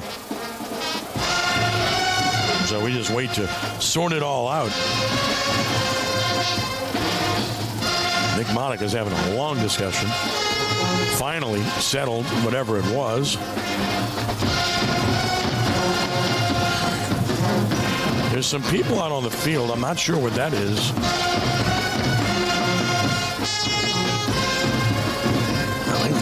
I'm not sure what it is, honestly. Maybe Grant can figure out what's going on there. Finally, captains are meeting at the center of the field, so whatever it is settled. They're just out there to take video and photos of this and everything else, so that's all good. Long wait, though, for this to happen. At least gives defenses a blow on both sides. Gives you offensive coordinator, too, to review the play sheet, see what he likes on his calls here.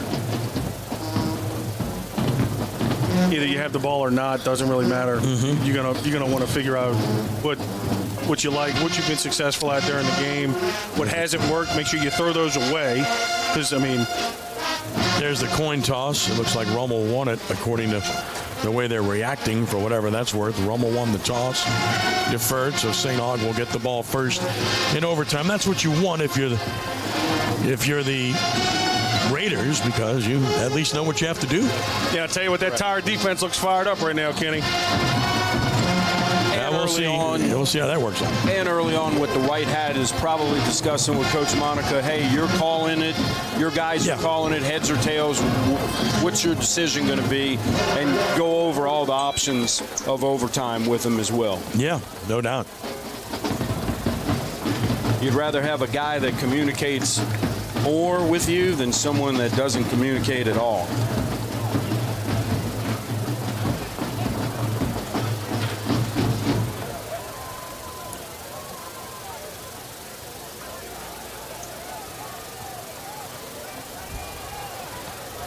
So St. Aug will get the ball.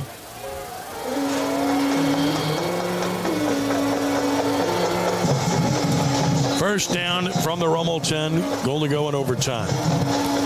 Cool on the snap. Fakes a ball slipped out of his hands, but he's able to get on it. He tried to throw it quickly. The ball slipped out of his hands and his helmet comes off, which means he has to leave the game for a play. Yes, sir. Now, are they going to rule that a pass or a fumble, guys? They're going to say it was a pass, apparently, so incomplete. So they don't lose the yardage on it, which is big. But you got 18 coming in the game, probably. Yes. Yeah, and I mean, he has ran the ball successfully. Now, you got to expect he'll run it here. Yeah. Second and goal from the 10. Coulon has to sit out a play after losing his helmet. Here comes Noble on the field. They ran a quarterback wide zone for 6 or 7 earlier, and also a read play where he was shot out of a cannon downhill. Yeah, I'd be shocked if he throws the ball here. Caston is the running back. Slot man left. Takes the snap. Gives it inside. Caston's hit for a short gain. He got a yard. He's driven back by Big Fred Banks. It's third and goal at the 9. Big third down play here, guys. Remember, the extra point that St. Aug attempted to go up 21-20 was blocked at this end of the field. So Rummel's going to bring that same pressure if they force him into a field goal situation. Third down and goal at the 9. Coulon back in. The running back is Robinson. They've really used running backs interchangeable throughout. And Robinson, the second, is the son of the former Saints cornerback, Patrick Robinson. Tripp said right.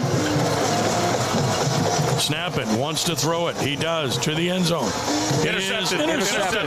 Intercepted by the Raiders. Intended for Whitley. And coming up with a big play is Tyrus Franklin. The sophomore that's in there. How about that? What a play. Get a lot of reps all week, even as your third or fourth corner in one-on-ones. Had that pass interference call down here against him. More than made that up just now. Yep. Look, Raiders got to play for 6. Don't play for 3. Play to punch this ball into the end zone. Well, I think you got to run the ball, don't you? I mean, you got to run the ball. Keep it inside. Right. And then on third down. I mean, why not run the ball with G here? With Buggage. No, I mean, Why way, run the ball. Inside, keep it inside, inside the uprights. You want an angle, you got to think that way. Yeah. You want to score a touchdown, but you got to keep the field goal in play. And you ask your kicker where you come. Where do you want the ball? Do you want it? Yeah. Well, this guy's only been out for 2 weeks, know, so it doesn't matter. So we're going to tell you tight formation, first and goal at the 10 for Rummel, trying to win it in overtime. There's a hole. 10 touchdown, Rummel. The Raiders have won the game by the score of 26-20. Karan Hawkins scores on the first play in overtime. Win it 26-20. What a hole! How does that happen? They haven't been able to do it all day. And the Raider offensive line came through there. Man, what a game! Incredible. What a game! Catholic League game, high school game. Oh man, Catholic League. Two great teams, great traditions. It's just big win for the Raiders, keeping them alive for that district Catholic League crown. Yep. And here I was trying to talk about, hey, you run it, keep it inside the post, first, second down, kick it on third, because if you botch the snap in overtime on third, then on fourth down, you've still got an opportunity to kick another field. Guess what? First down, score doesn't matter. Let's not worry about anything else. First down, right. You know, great job. Great win. I mean, big win for the Raiders. And look, tip your hats to St. Augustine, too. I mean, what a gritty team, physical team. Look, when they get into, they're going to be in the playoffs. Whoever runs into them in the playoffs is going to have a difficult time eliminating the Purple Knights, because they are the real deal. Quarterback, very good. Big physical on both sides of the ball. Athletes on the perimeter. I mean, can't say enough about that team. Great team. Well, just another incredible game. We'll try to get Grant with Nick and maybe try to get Coran Hawkins too, who scored 3 touchdowns in the game for Rummel. Yeah. And again, you got to give Franklin an enormous amount of credit. Maybe Freddie Banks there too. Well, we can only get one guy, but I mean, goodness gracious, Banks was terrific. Yeah, he was great. Franklin comes up big. Yeah, and of course Hawkins scores the game-winning touchdown. Credit the offensive line. It's been a tough night or tough afternoon for them against a really good defensive front, but they found a way there. Yeah, they played really well in overtime, didn't they, Kenny? One play got it done, guys. A win's a win. A win is a win. That's It worked. They got it done, and Rummel wins it 26-20 in overtime to get to 6-1 overall, 3-1 in District 9-5A. The Purple Knights dropped to 3-4 with defeat 1-3 in 9-5A. How about the excruciating defeats for St. Augustine? Yeah. Lost in the last 2 minutes to Jezreel by a point. Lose this one in overtime. Wow. Yeah. And look, sledding doesn't get any easier for the Raiders. All right, let's go. Grant Shastry's got Nick Monica on the field, so take it away when you can. Grant, go right ahead with Coach Nick Monica. Grant Shastry on the field with Nick. Take it away, Grant, if you can.